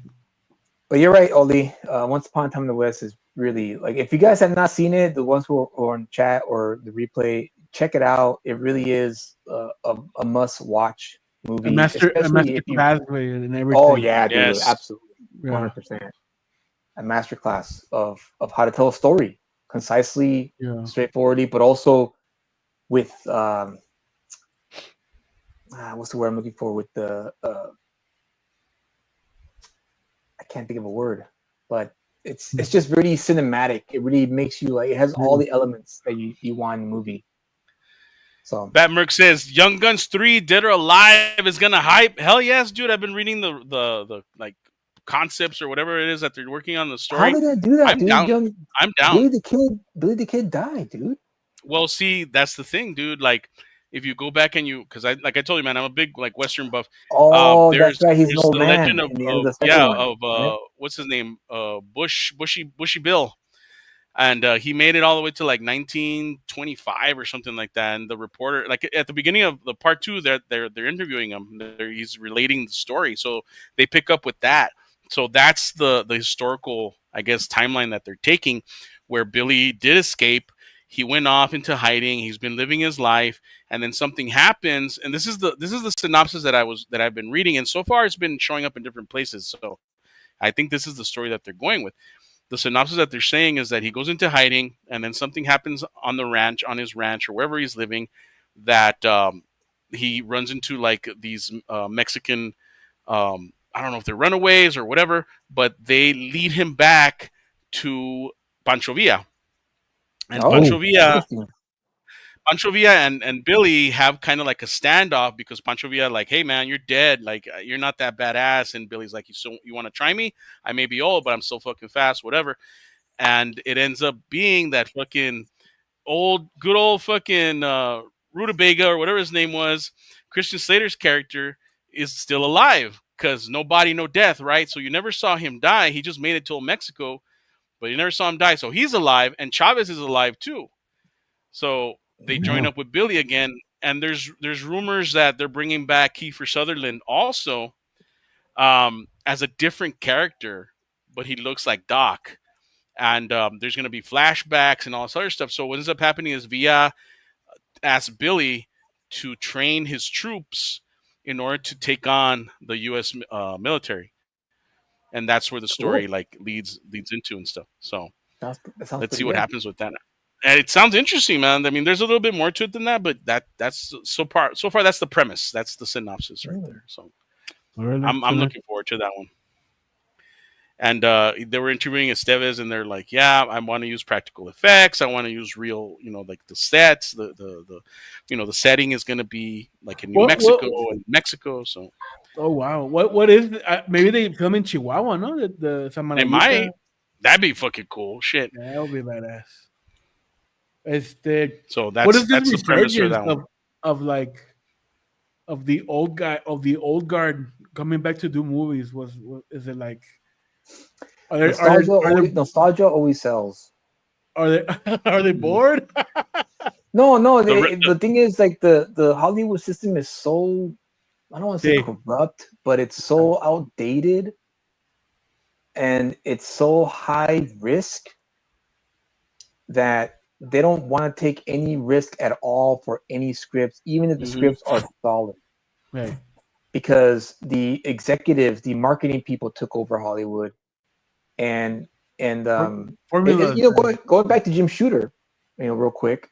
Yeah. In his blog, in his first blog post, when he had his blog active, he did write how when he came in as editor in chief, he saw that there was a major problem in the company when he got the position, which was he's on one hand, to my left, the old timers were there, the people who have been there for 30, 40 years at that point, Yeah.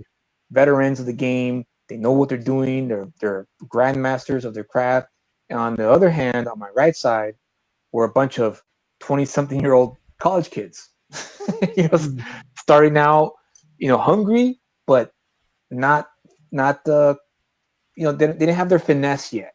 They still had a lot of work to do. And in between, nothing. There's no 30-year-old, 20-something-year-old, nothing. No late 20s, no early 30s. So he made them like cross-pollinate. He's like, you're gonna teach the young guys how to do it right and timely. And then the young guys, he told to just shut your mouth and listen and do what they tell you to do. And it worked. And that's what happened with Hollywood. This is my point with the Hollywood system. Is that the producers back in the day understood the product they were making. We're making essentially emotional roller coaster rides. That's what they were producing. But the stories had to be solid. That was number one. Stories had to be solid. And so now you have producers who think about, is this going to return my opening box office? Yeah. As opposed to, this is a solid script. We got to find the right people to produce it.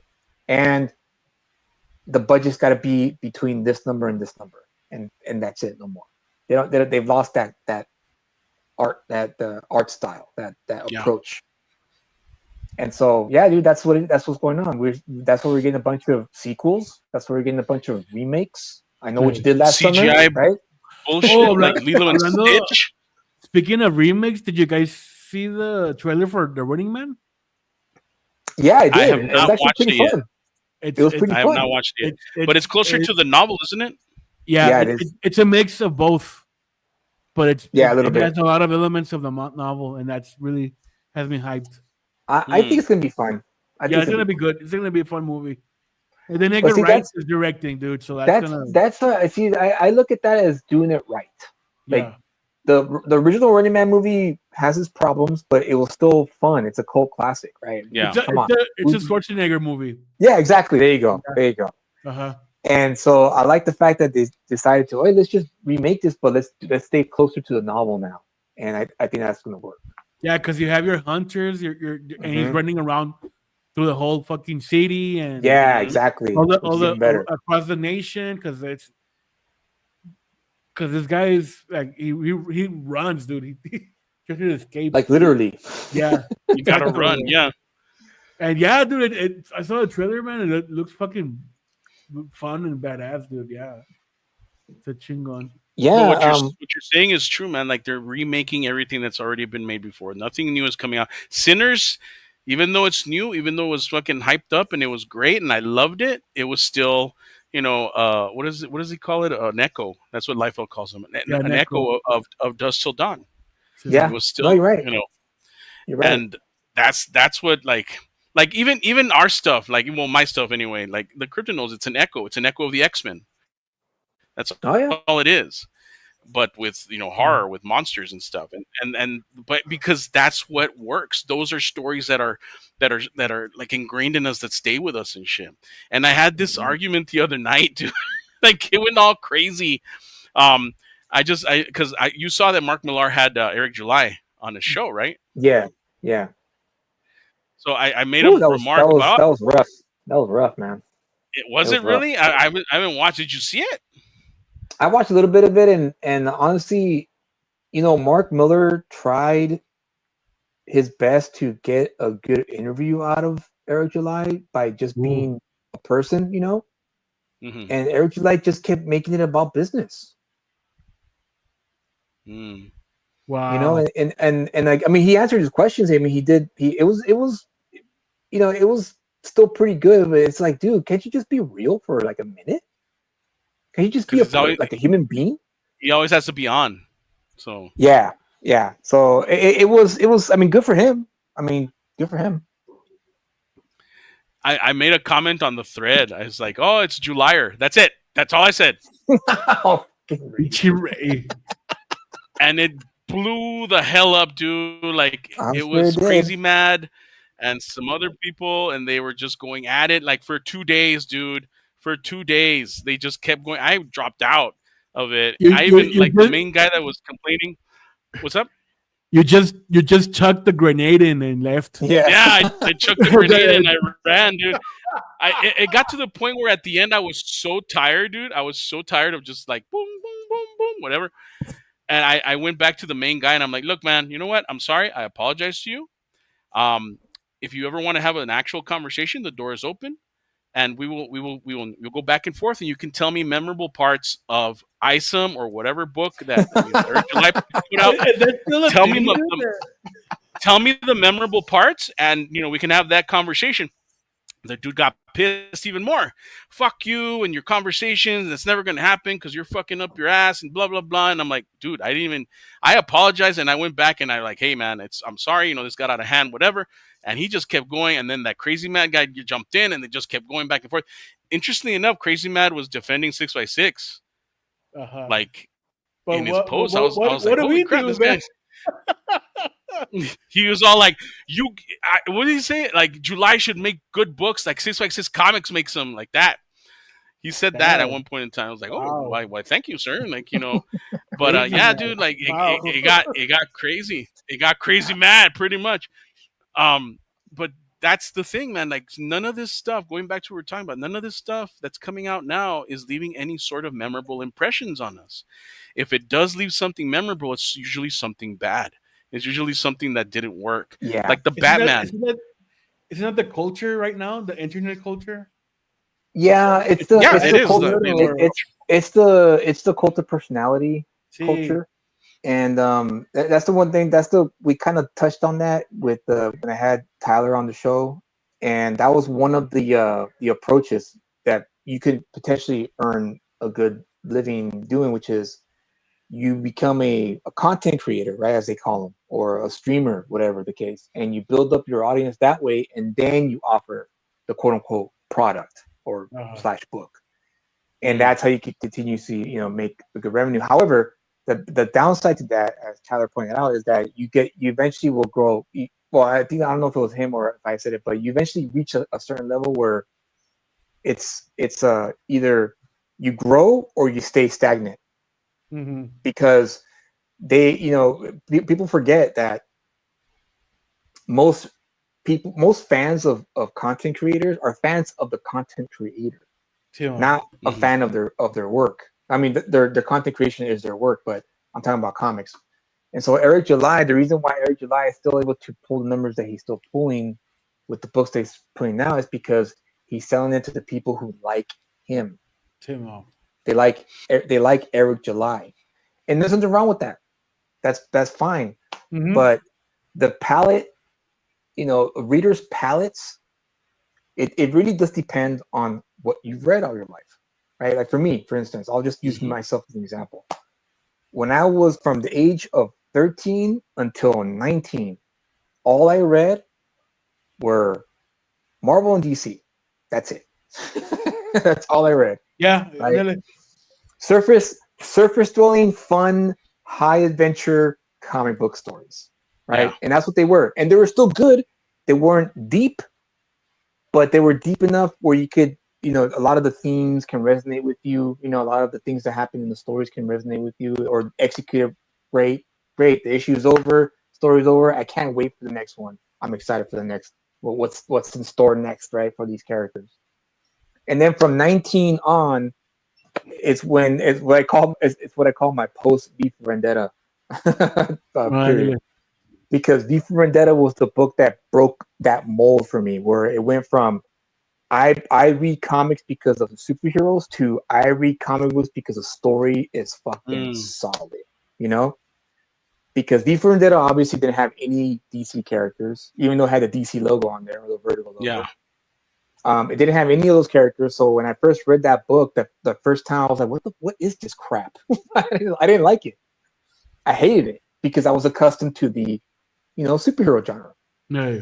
But then when I finally got through it and I got to the end, I was like, oh, dude, comic books are more than just superheroes. Like you could write whatever you want with comic books.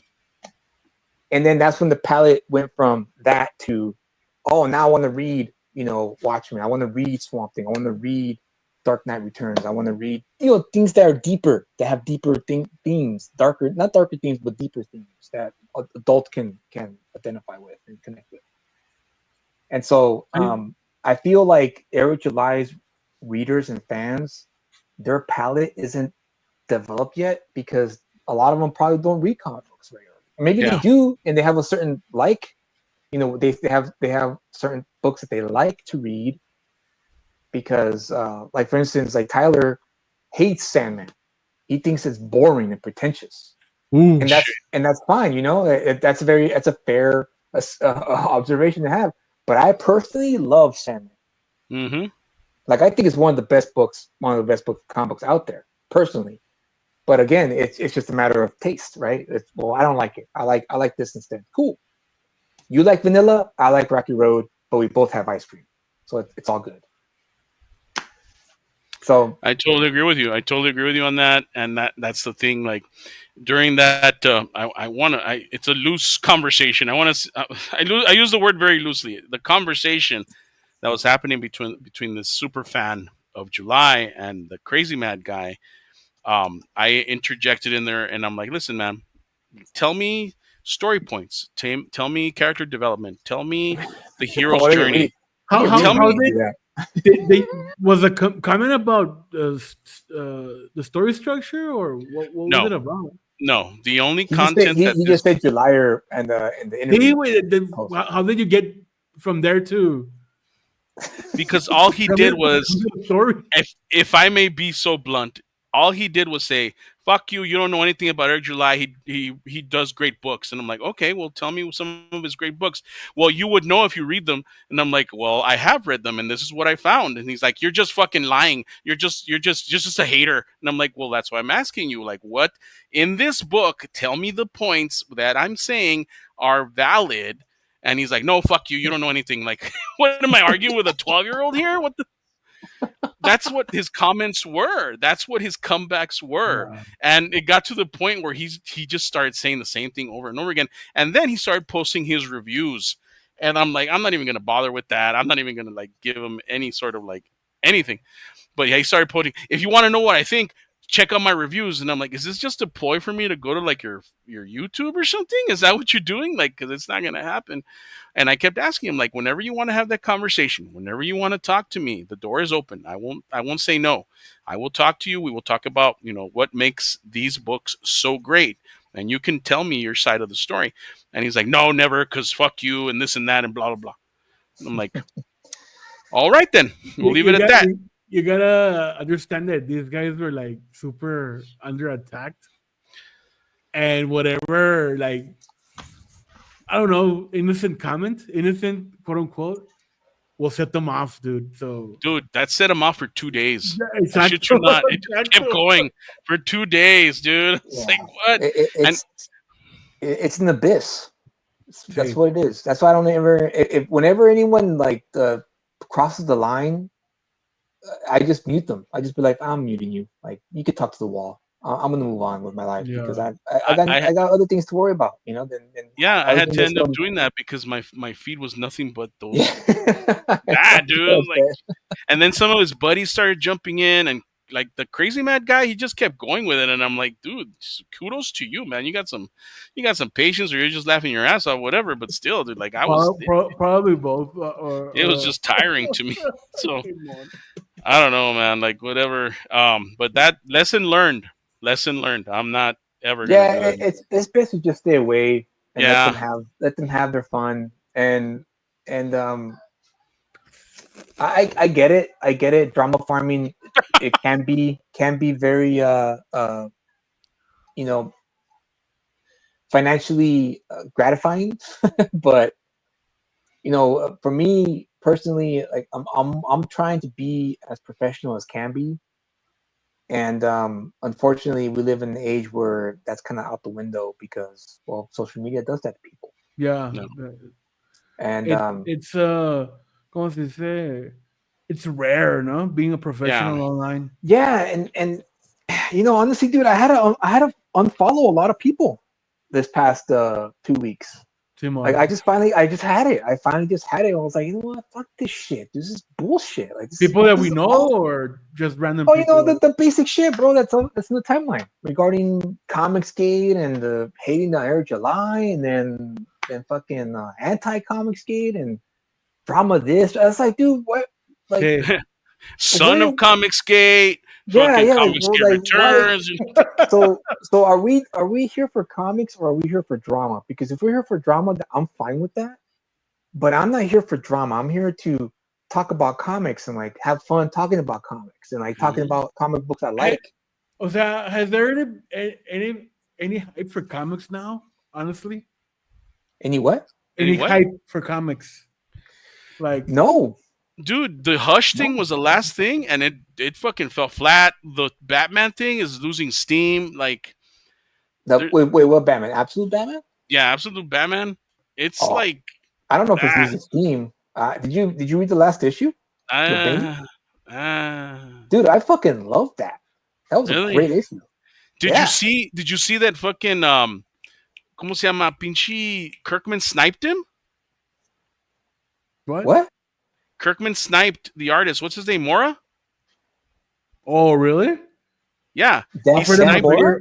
a bigger paycheck or what? He sniped him for Transformers, dude. After issue 25, Dan Mora is going to be drawing Transformers with Robert Oh, Kirkman writing dude, it. that guy draws really good. Wait a minute. Ole, you didn't know about that? That was like last week's news. El Dan Mora? Yeah, Yeah. Yeah, I saw Optimus Prime that he drew. So yeah, is Tony's yeah. drawing it? He's going to starting with issue 26. 25 will be the last issue that Michael Jacob Jahamal or whatever his name is. ¿Cómo se llama? Peter Washington. Daniel Warren Johnson, Thank fool. you. Peter Thank Wash- you. What the fuck? Warren Washington the third. Daniel Warren Johnson. That's Kareem Abdul-Jabbar. That's the last one. That's the last one he's going to be drawing. And then Dan Mora. I like his work in DC. Oh, dude, Dan Mora is like he's become the heavyweight champion of DC Comics mhm. with Yeah. his art. What do you mean he sniped them? Like, was he like in the middle of negotiating his new contract with DC or something, or what? As far as I'm aware, they had offered him something. Hey, he's back. Zaid Comics is back, boy. What Oh, up? shit. What's up? Give What's me up? the, What's up? give me the Zades, man. Thank you for rating us, sir. You got a lot of people like watching us and stuff. So we really appreciate that. Right now, I think we still have like 11 people watching. So thank you for that. Yeah, he had a project. They had given him a project for DC. I don't remember what project it was, but apparently Kirkman sniped him, dude, and took him. So that should be interesting. I don't know. See if you can find it, Julius. You're They're the. doing the old image tactics. Mm-hmm. Pretty Well, much. well, I mean, is that confirmed? What? That's what happened. That was the rumor. That was the Oh, rumor that's that a was rumor. going on. Okay. Hmm. So I Oh, don't I know thought if you they're meant gonna. like Kirkman like swiped like Drogota's like one of his pages or something like that. It's 5 pages, No, but no, nothing like that. Like, um, no, honestly, man, that's good for Kirkman for getting Dan Mora because honestly, at this point, dude, here's how I view the modern corporate owned landscape of comics, and it's a bunch of great art, like I'm talking like probably some of the best art that we could have, and meet with mediocre writers. Mhm. I can see Like that. honestly, like me, like straight up mediocre writers, like writers who just like are writing because just because they're getting paid, or I don't know, dude. But Is this a segue for the Spider-Man Wolverine talk? a little bit, yeah, I was about to say that too, man. I was about to a say that. little bit, yeah, because the Spider-Man Wolverine book, that first issue, I was like, okay, this is pretty cool. Kind of has that great art that Kara Andrews always gave, and fantastic. Guggenheim, I have my problems with Guggenheim as a writer. It's like Yeah, with him, it's like I don't know. It's kind of like Hickman. If you give him something he really likes, he shines. But if you give him something that he's like whatever about, he just writes whatever. it's hit or miss. It's hit or Yeah, miss it's with hit or him. miss with Guggenheim. But this was a hit for sure. The Spider-Man Wolverine comic book that he's writing with Kara Andrews. If you guys have not been checking out that book, pick up that book because not only is the artwork top notch, but the story is there at least for the first Mm. 2 issues for me. I read And them we'll too, see. man, and I was very like, wow. And I'm sorry if I spoiled it for you guys when we were talking in the chat that time, but yeah, I thought you guys knew what it was You all know, about. what I liked about this comic, the story is there's build up and there's payoffs. Hmm. Yes. So yeah, and we're barely in issue 2, and damn, it's you're in the story already. You Dude. already, I mean, Yeah. as far Oh as my I'm From god. concerned, page 2 or 3, he you're already in it.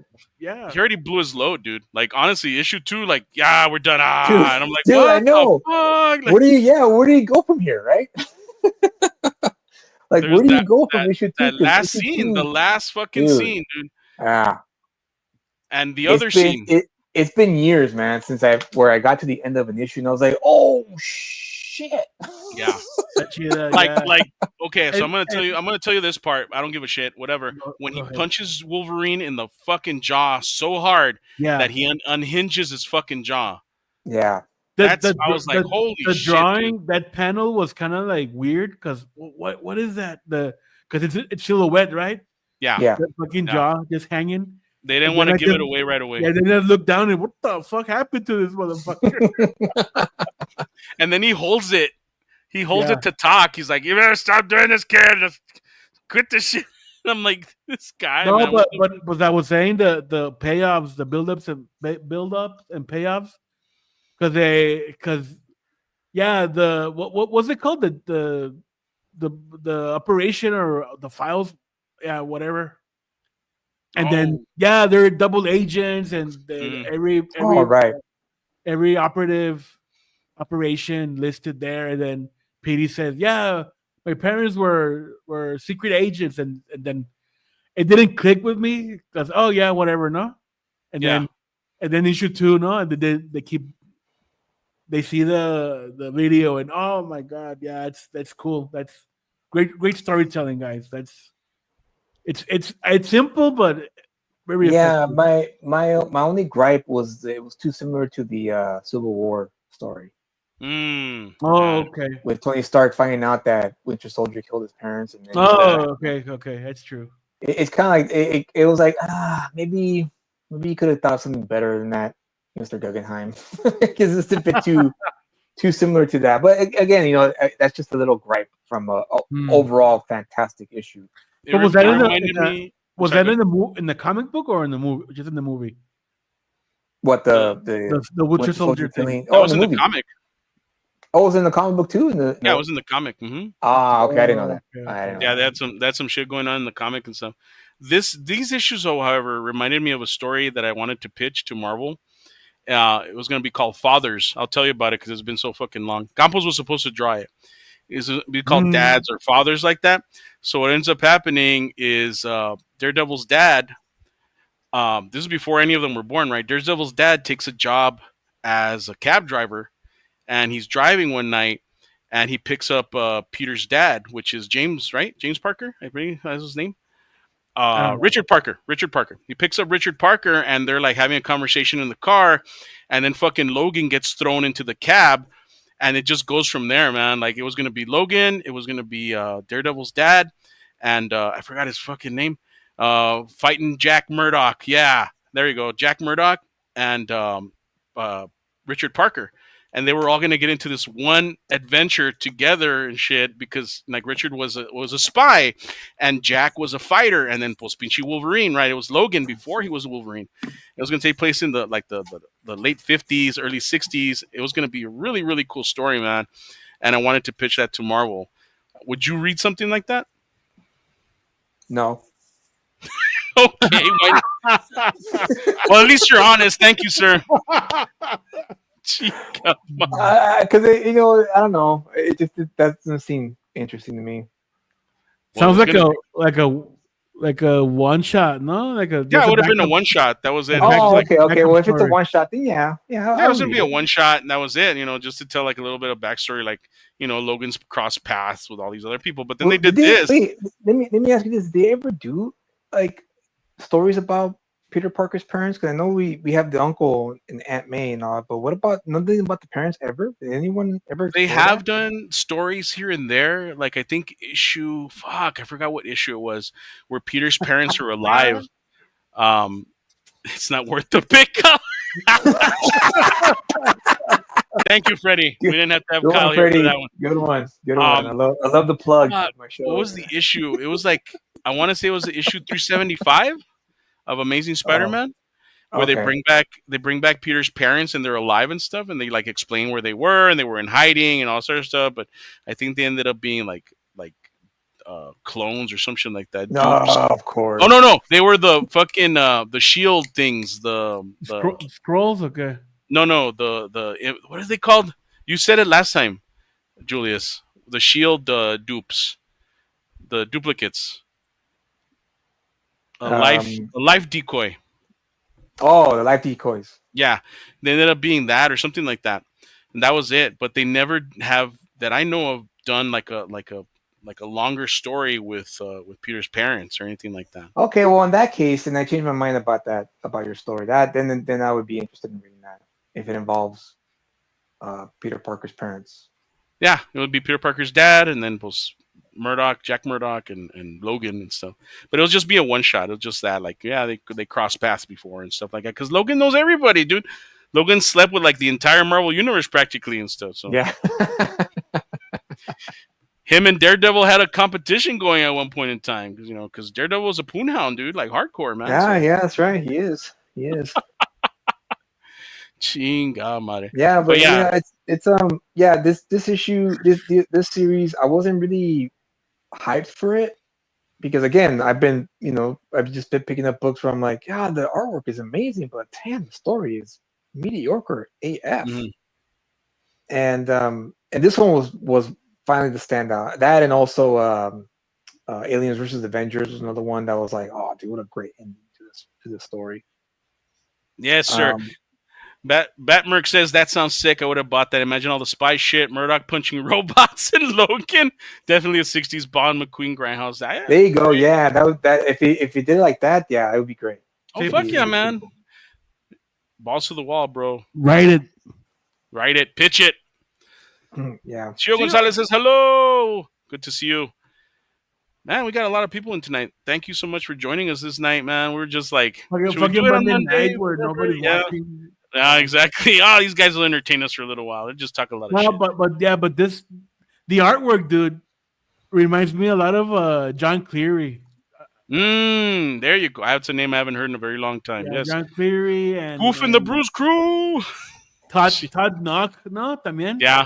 Todd Knock, I Oh can see yeah, that. yeah, I can see Tanakh, yeah. Yeah, But I all mean, those, didn't Kerry Andrews draw it this way, like the whole time in his career, or did he change I his don't know, style a dude. bit? I'm It's not a changed. Like when he first started, it was more manga, and now it's more. It looks more Ah, Madureira to me a little bit. I see. Yeah, I can see that. sí, es I can está see that. muy. But this is what comic books should be. First issue, like you said, Oli, set it up. Or if you want to, and not only did it set it up, but it's also well paced as well. Yeah, Hmm. And I like the switcheroo, right? Where Spider-Man sees Wolverine's memories and Wolverine sees, as part of Spider-Man's memories. Zaid Comics says, "Nah, he's got a lot better." órale. Yeah, he's not wrong. You're not wrong there, dude.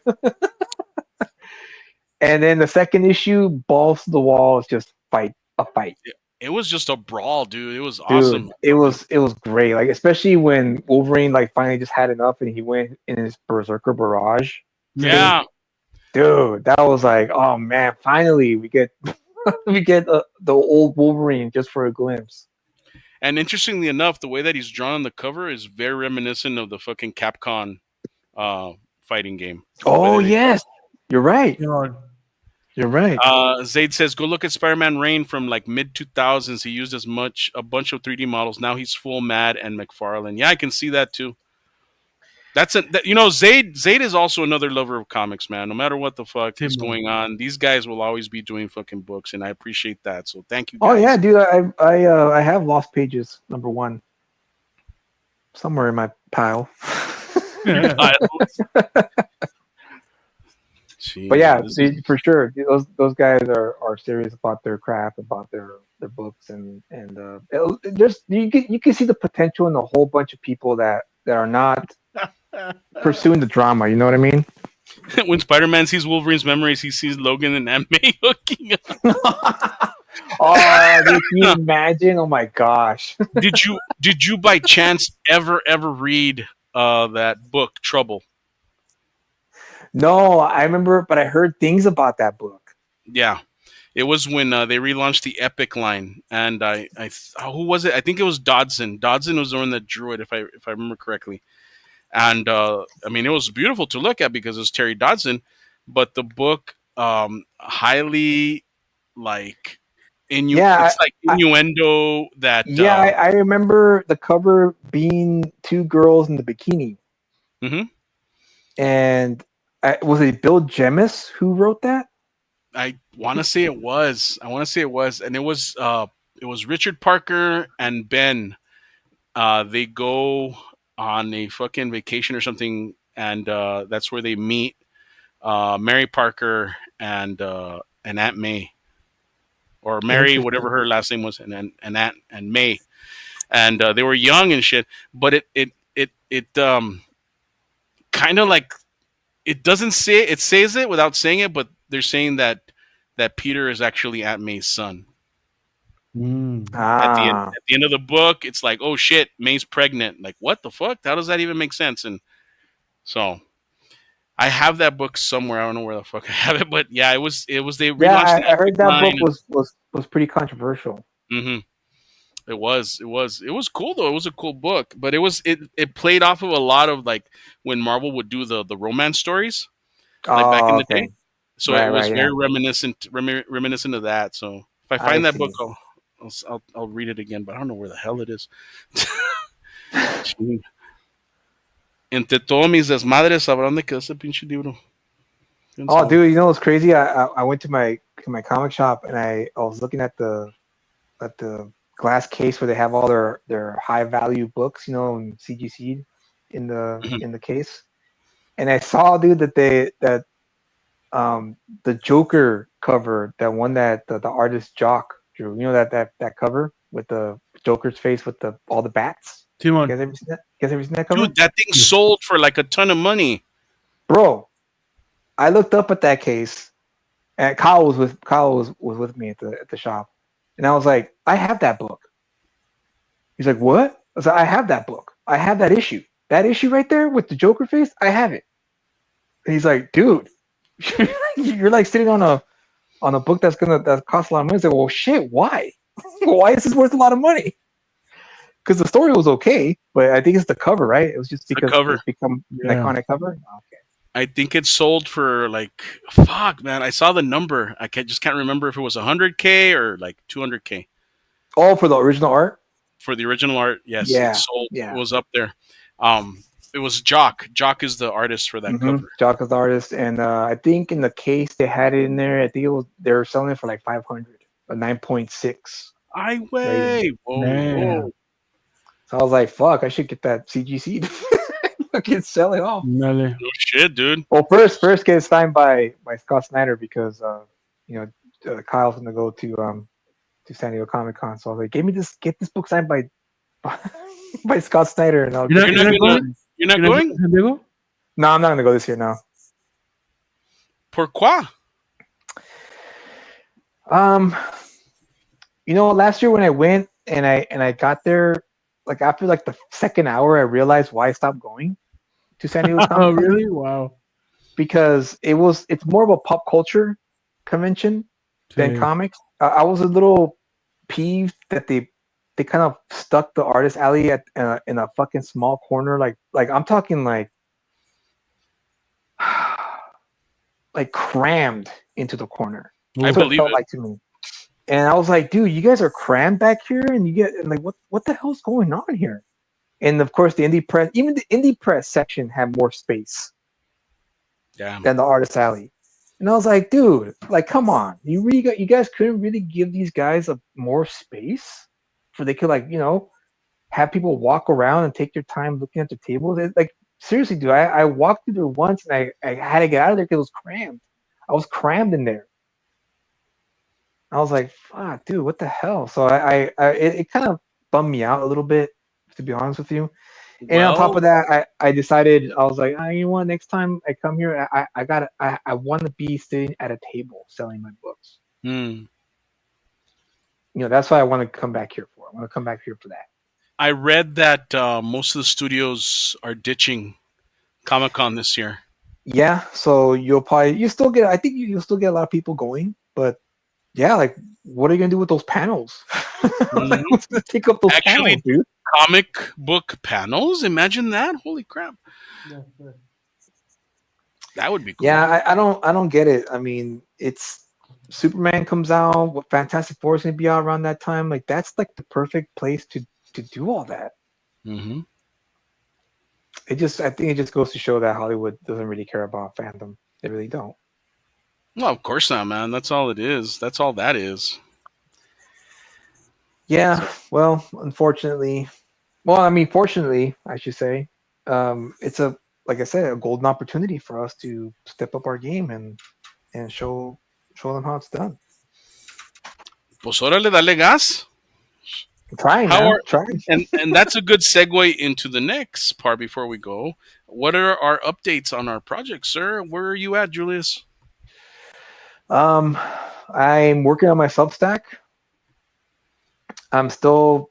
I decided not to overthink it this time around, so I'm going to just start posting shit and see what What sticks? what sticks, what people like to read, what people don't like to read, and I'm still trying to figure out the kinks of the paywall, like the how much should I charge per month, what should I offer after, if I do charge, like what is it going to be worth the money I'm going to charge that I want people to pay for the paywall, to get into exclusive access to whatever. I'm still working on the Ghetto Dragon crowdfunding campaign. Um, and I'm working on that the pages I sent you guys the other day in the on Twitter, the dude fighting the big monster demon, Hmm. the Yeah. black and white comic, Samuel Zeon. Working on that right now. That's going to be an exclusive web comic for Substack. So if you sign up to the Substack, that'll be one comic you will be able to have access to before I release it to the public as like a page, one page a week or whatever, or one page a month or whatever I'm gonna decide to do. But yeah, man, that's what I'm doing. I'm trying to build up a Lucid Comic production and get it up and running. And I have, thankfully I have a few books under my belt. So now I'm also exploring the aftermarket. What kind of website should I have set up? What kind of shop should I have set up so that way I could get some extra revenue coming in and not rely too heavily on the crowdfunding system. And Nice. that's pretty much what I'm doing. That sounds like a plan, man. That sounds good. And you, Mr. Ali, I know last time we were talking about all the craziness you were getting into and stuff. So has any No, of but that changed or? I'm still writing. Dude, this week I didn't write that much, Mhm. but I did. No, I didn't, I didn't do much this week. I didn't do Uh, anything. This yeah, week. not that much. Yeah, trying to remember. Um, I think I finished writing a chapter though, but that's about it. Oh, And really? then I started doing other like stuff. But yeah, it was more like just doing stuff around the house, but not actual like comic work. But I gotta Oh, get back to it this week again. pues la lluvia, güey. Pues La shit, dude. lluvia, pues sí. It rained like a motherfucker over here, Julius. I'll tell you that right now. These guys were Yeah, underwater. yeah, I heard that the one of the cities got flooded. Sí. It was real bad, dude. It was real bad. A buddy of ours, their house fell on them and shit. And Oh, fuck. Yeah. Damn. he's all right. He's all right. But dude, like, Yeah, what? but I mean, to lose your house, dude, that's Yeah. fucking devastating. So that's going on, man. It's just an odd time over here right now. Like, there's a lot of tension because of the ice thing. Um, Everyone's just kind of like walking on eggshells. People were scared on 4th of July to go out because of there was like ice fucking all over the place and shit. And I'll tell you this much: I didn't hear of anybody getting arrested over the weekend, so that's cool. But just it just seems odd right now to go outside. There's like a lot of there's a lot of heaviness in the air, not just because of the weather, because it seems like it's going to rain again tonight, but just people are a little off. So I don't know, Yeah, man. yeah, it's yeah, you're right. It's weird times we're living in, but that's how it goes when shifts happen. When things change, that it kind of gets a little wobbly for a while It's true, man. It's before it very settles. true. El Padrino says we should make a lucha comic. Way ahead of you on that one, bro. As a matter of fact, I was about to announce this that thanks to what Julius is doing, like you kind of like lit the fire under my ass. So hopefully I can set this up either next week or the week after. But I'm gonna start releasing the pages for El Valiente because I don't think I'm ever gonna print that again. So I'm gonna put that up on Substack and shit. Yeah, dude. Yeah, put that up and hell, even do the whole paywall thing. Well, the first one's free, and then you can come back on the Okay, okay, comeback, that's good. on the Yeah, that's good. comeback, on the comeback. Yeah, So yeah, I'm Start thinking about start that. doing like also audio chronicles like what made you make El Valiente and all that stuff. That'd be Like cool. like attach that to the page and shit. See? So Yeah, a commentary. I can do that. We yeah. never The finished. the I'm sorry. Good. I was gonna say that I was looking at the features on Substack, and there's a lot of stuff you can do with it, which I like. I like the fact that you can make it into instead of just a blog where you just write, you can make it interactive where you can add pictures, add video, Mhm. and to give you context as opposed to writing like describing with words what what you're trying to convey. So I think you should totally utilize that. I'm definitely going to. I'm definitely going to be utilizing as No, much as I it's can. a good idea, man. Like especially like stuff that hasn't seen the light of day in a very long time. Start like throwing that shit up there. All your adversary books, no Dead Tree books. Yeah, all that stuff, like the old Hmm. stuff. Just start Hmm. posting it up and see where it goes. Especially now that Olivares is coming back. So let's see. Ándale. Let's see what happens with that. How So far yeah, into you? How far into that book you're in right now with him? so he finally finished the last page Nice. today. So we just have to get it over to Oli so I can get it scanned properly because I was scanning on my shit So scanner. when are we meeting to do that or I was no? telling him tomorrow because I'm off tomorrow, but that's probably not going to happen unless I can get it to Dom at his job, and then he can take it to you. Pues ándale, do I that. could probably do Um, that. how many pages is it? 23. I Is it a argued one with shot him. or is it like a is an issue? It's a self-contained, but it's like the opening Okay. salvo Okay. to his story and stuff. But yeah, it's 23 pages, 24 with because he wants me to write something in the back. I'm like Oh. this dude, Oh shit! and I'm Why? like, why do you want me to write something, dude? Just give me one more page. Just give me one more page. You have to have the cliffhanger page, the 777 formula. Right. Right. And he's all like, no, just write something. Like, oh, That's what Olivares for you. yeah, that's Olivares, man. Like, but I'm proud of him because he actually did finish a book. He finished, the whole 24 pages or 23 pages, so that's good. And we're gonna get that going ASAP and so, man, get that out of here. Because, like I told you, were you here for that when I was telling Oli how he works? No, tell him that. So this is how he works, Julius. This is what makes it so frustrating. Yes, and I know Olivares is listening to this, but I don't give a shit.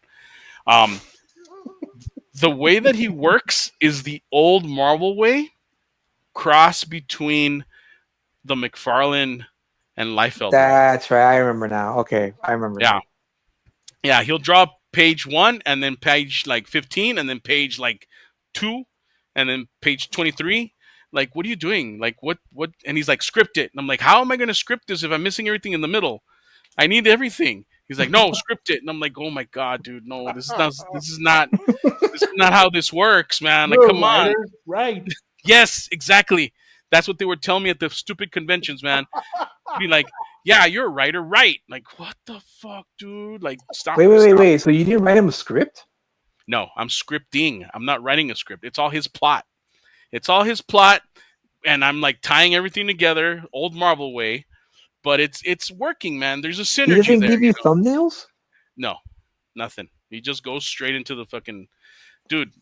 You should see how he works, man. It's like, it's scary. I mean, that sounds like a nightmare, to be It honest is with you. scary. It is scary, but I'm used to it because I've known him for what, like fucking ever. Yeah, because So I would prefer the thumbnails. Like, dude, just give me the thumbnails that what you're thinking about, so that way I have an idea and I could start to kind of get an idea of what to script when it comes down to it. When we should. you work with him for Man Dog, how was that the dynamic there? I had to force him to follow the script. I had to force him to do that. And I'm like, dude, this is the story. He's like, okay, well, I'm gonna draw this. This isn't. No, you're not. No, you're not doing that. You're gonna follow the script.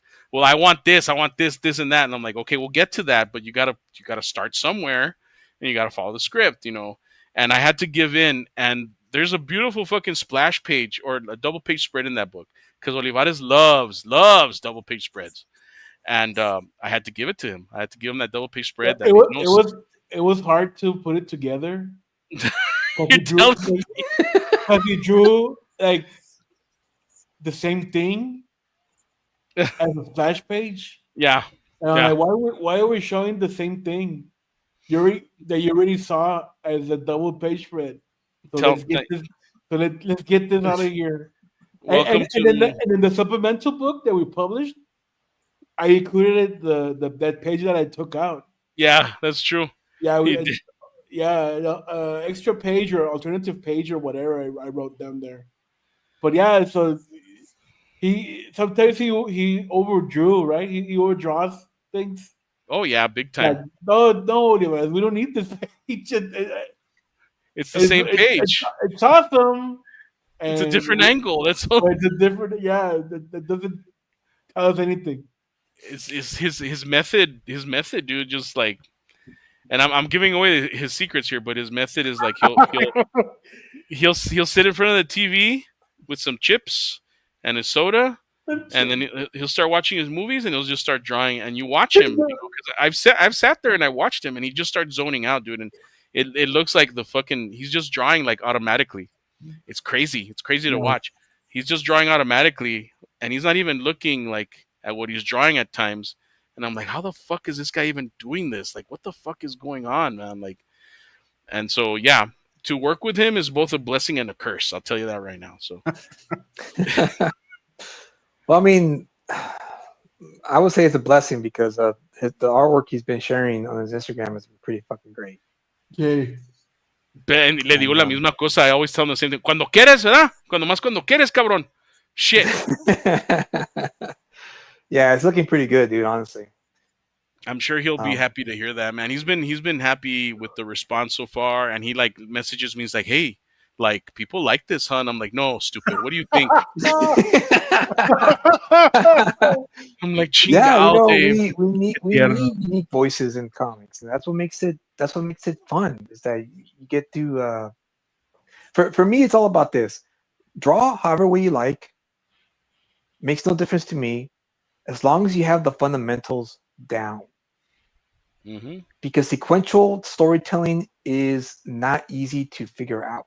Ay, It takes huevo. time. It takes Yeah. time to figure out because not only do you have to figure out like the rules, right? The rules of like the pacing and all that stuff, what to do, how to like as Jim Shooter used to say, every page has to be a mini cliffhanger. Mm. Every Yeah. single page has to be a mini cliffhanger that leads to the major cliffhanger at the end. Hmm. And that's hard, dude, because you have to figure out, well, how many panels should I convey this information, right? Five, four, three, 6, 12. Like what is too much and what is too little, and that's where the individual comes into play. What do you prefer as an individual artist? And if Olivares likes drawing double page spreads, that's great. Maybe going forward, you should write a very loose script where there's a bunch of two-page spreads. We've had that You know? discussion too, man. Like, hey, man, you should just do nothing but splash pages and shit. Like, Yeah, yeah, no, yeah. But see, your job, Ray, is to write a story where when the reader gets it, it all makes sense when they read it, and it's not just a pinup book. Does that make true. sense?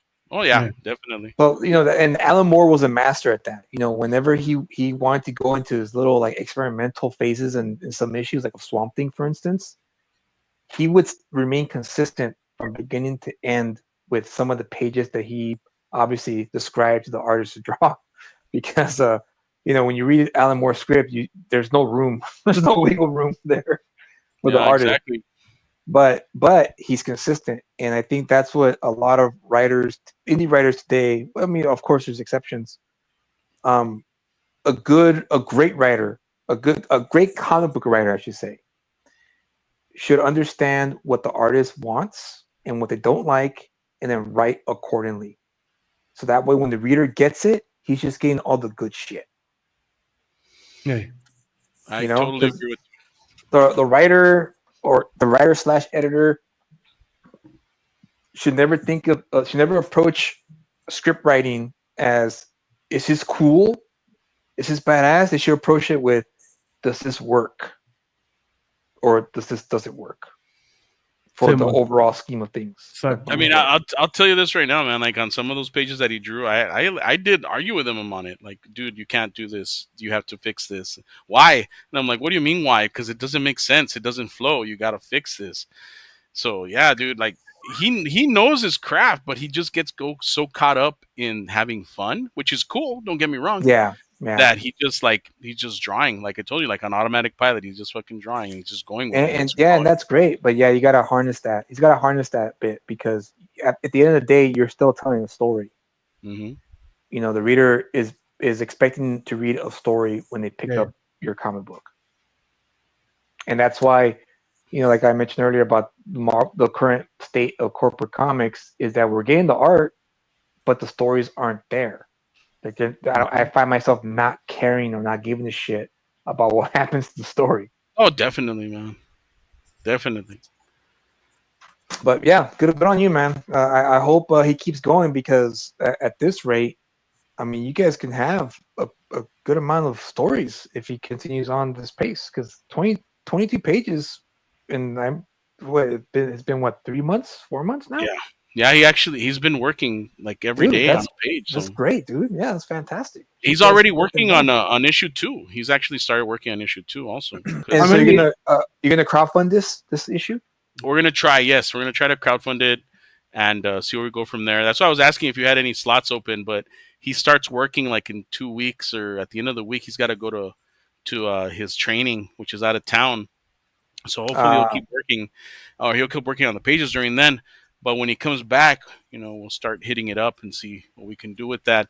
Um, but yeah, he's dead set on releasing this book hopefully before Halloween. So good, good. Nice. So, a ver qué Pues ya, pasa. well, let's go. And you too, man. You got to draw his cover because that was your deal. Coloring, yeah. Well, Yeah, I well, mean, give me color. the art. Give me the art, cabron. I'll get you the art. Don't worry. I'll But get you. yeah, give it to Domo. Yeah, Yeah, he'll. I'm gonna message him and stuff and see if he Simón. can do it. A ver si me lo puede dar mañana, so that way I can take it. When does he work again? Tomorrow, he'll be there tomorrow. Tomorrow. Okay, let me see what I can do as far as tomorrow. But in the meantime, guys, thank you so much for joining us tonight. It was a good lunesazos, not domingazos, on a Monday Yeah. night. Hopefully, we'll be back on Sunday night on our regular time slot, and we'll talk some more about comics. Where can we find you, Julius Freeman? You can find me on X at a lucid comic, and you can find me on Instagram at a lucid prd, and YouTube called a also a lucid comic, same handle. Where every Friday I live stream with my co-host Kyle, and we talk about comics, and also let you guys know whether or not a certain comic book is worth the pickup. And this Friday that's coming up, you have a launch party, don't you? I do, yeah. It's my first ever launch party on my Oh channel. wow. It's gonna be with Ben Soto. We're gonna launch Cephas, his vampire comic book, and Nice. we're looking forward to it. It's gonna be fun. We're trying to make it fun. We're trying to make it fun and see what works and what doesn't work. Because I guess I've never done this before. I've never done a launch party, so it's gonna That's be cool. quite interesting to see how it turns out. Oh, Just start but drinking, man. Just start drinking. I did that. I think I did that in my second show, and I told myself I'm never gonna do it again. it was a disaster. We're gonna speaking we're of gonna say, Oli, launching, Edwin Acevedo hit me up for a spot in August because he's launching his new The Ace comic. nice. Oh, nice. Yeah, Yeah. yeah. Cool. So let's just pick a date and let him know. Let's do it, man. Edwin is always fun to have on because he's very passionate as well. And he's Yeah. what issue is this, like his fourth or his third issue? I think it's an Anthology? Orale. anthology book, but based on The Ace. So that's interesting. Nice. Yeah, let's have him. Definitely, let's have him on so we can talk Yeah. more about comics. And where can we find you, Oliver Lee? ODA 6x6. Just find me like that everywhere, and also 6x6 Comics, Same here, Instagram, people. Facebook. Todo. Yes, find me on Kryptonos or 6x6 Comics, just like Oli said. 6x6 Comics on Instagram. And TikTok is coming back. We're going to do some stuff with TikTok. Thank you so much, Batmerk, for joining us and hanging out.